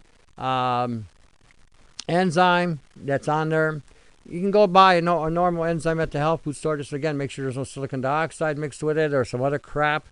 And you may have to open up 4 or 5 capsules, or maybe 6. Put them in there with the milk, stir it up, and watch it. Yeah, I think someone's got it here in the chat room. Give me a second. There you go. Yep, that's the one. So again, try to find the higher. They got one that's like about 160,000 USP units. So by mixing these into the dairy when you're, and again, get it going, get it warm, throw your enzymes in right away, throw your borax in there. If you want to throw some other stuff like B12 or that, you can, but B12 you may lose some with the heat. But if you want to put other minerals in there with it, when that extracts, it's going to draw that into the protein. You are now going to get that in the protein, and what doesn't get into the curd will get into the whey. You know, when you're looking at what we need to do today, you're going to need saturated fat to protect you. You're going to need omega-6 to protect you. You leave the omega-3s alone. They are designed to break down the myelin sheet and the protective barrier around the cells, which will allow more penetration of these particulates to get inside. Okay, the 6s and the 9s actually sustain cellular integrity. They sold us, like I said, on a lot of horse hockey. You know, and again, a lot of the reasons why we're still suffering some of the issues we're suffering with is because of what they told us and the misdirection that they've given us. A lot of you, like I said, need to get good and pissed for what has happened, especially if you're from my generation. You know, what kind of enzyme, Tony? A high proteolytic enzyme, or a full spectrum of enzymes that will break down fat, sugar, and protein. Well,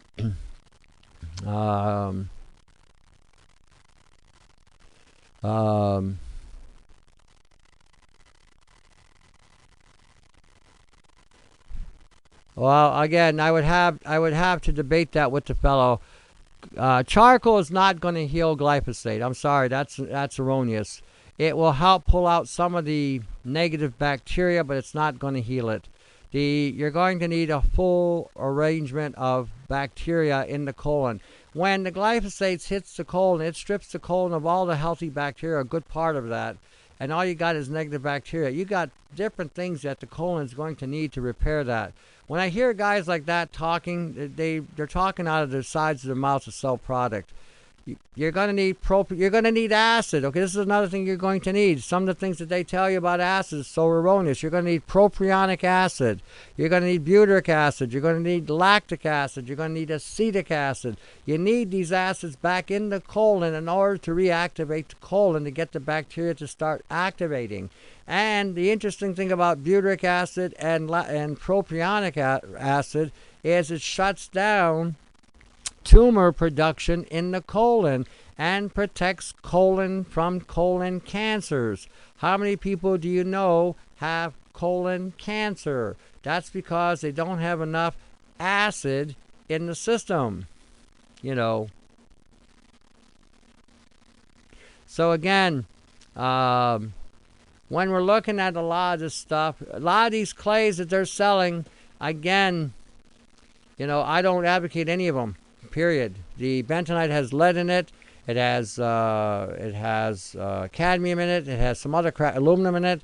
The reason why they're using the diatomaceous earth, one of the things it does do is it shuts down the communications between the cells. The cells can no longer communicate with each other. Even in the brain, there's no longer a communication gap going on. So this would explain why so many of you, especially the women, are having problem with the reproductive system, because the ovaries are not making contact with the brain as a result of silica. So when you're talking a lot of these clays that have a silica content to it, this is the reason why people are feeling some relief, because the cells are no longer talking to each other, and as a result, the impact of the colon having issues gets worse because you can't feel it anymore. So it's not really working. It's basically just shutting down the receptors that are required for communication. So again, what these guys are talking today, if they're not looking at nano, if they're not looking at synthetic biology, if they're not looking at any of the things of glyphosates and what glyphosates really does, okay, and really study these things, then a lot of them are just going to be spitting out of both sides of their mouths to sell you garbage and BS. And I'm giving you a heads up on this, because when Brian 396 and I started working on this, we stated It's 4 years ago. You watch what's going to happen. They're going to start selling crap in the health food industry to, again, mediate some of the stuff that's going on. There's no way one thing is going to fix that damage that the glyphosate's done. Glyphosate strip out of the body 9 minerals, 9 elements. All right, before I go on, I'm always talking about the Micro Effect Broadcasting Network. Give them your support. Give them what you can. Help them keep going. Help them keep growing. Okay, it's important that networks like this stay afloat. This is your only connection to any truth you're going to get.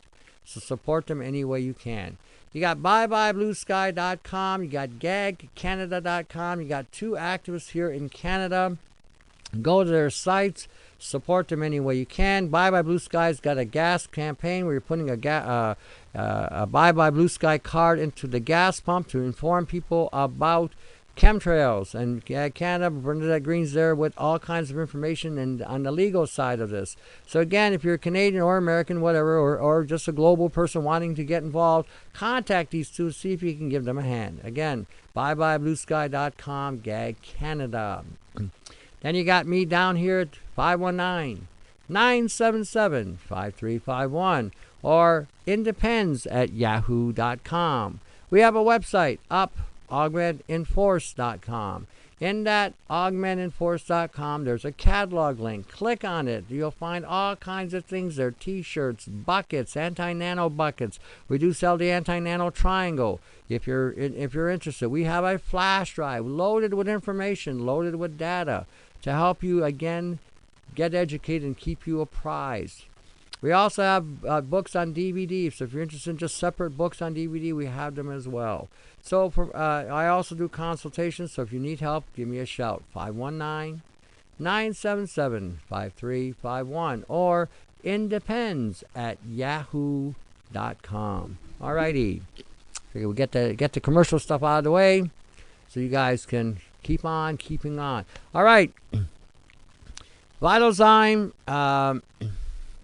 Okay, VitalZyme, be aware of VitalZyme. Actually learn how to read that. VitalZyme does not give you any breakdown of their enzymes. It just gives you a list of their enzymes. It's a proprietary blend. You have absolutely no idea what that is in it. We've had people when I was down in Arizona use that product and it caused severe intestinal duress. So I would probably tell you to avoid that one because of the fact that it is not that good. It will cause problems. When they're giving you only a proprietary blend of things and not giving you an actual USP or IC number at the end of the enzyme, you don't know what you're getting. And you're spending a lot of money for nothing. We gave you a good one up there, K9. There's a link in the chat room. Go click on it. That's where you really want to go. The health food store is not the only place to get healthy. You're going to have to be creative today because the health food store could be hijacking you.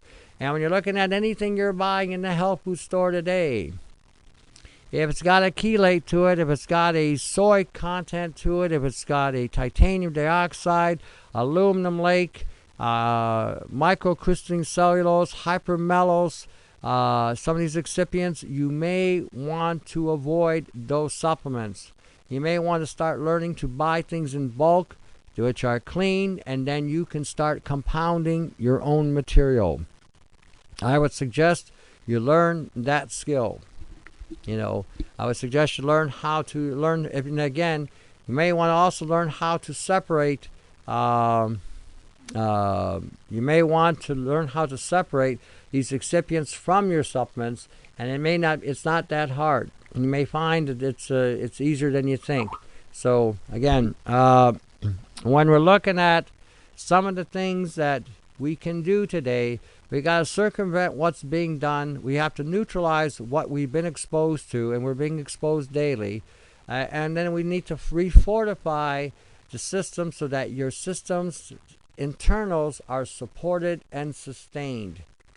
There's no way around it today. Unless you're growing your stuff indoors, and even then, the particulates that are in the air are going to expose your food's going to be exposed, not to the same level as what's outside direct, but you are going to minimize it at least. So when you're talking what to do today, Your food supply is going to change. How you deal with things. If you've got chickens, what you're going to feed them. These things are all going to change. I think I heard music. I do. All right, stay tuned for part 2. Come on back, and we'll see where we'll go from there. All right, talk to you in a bit.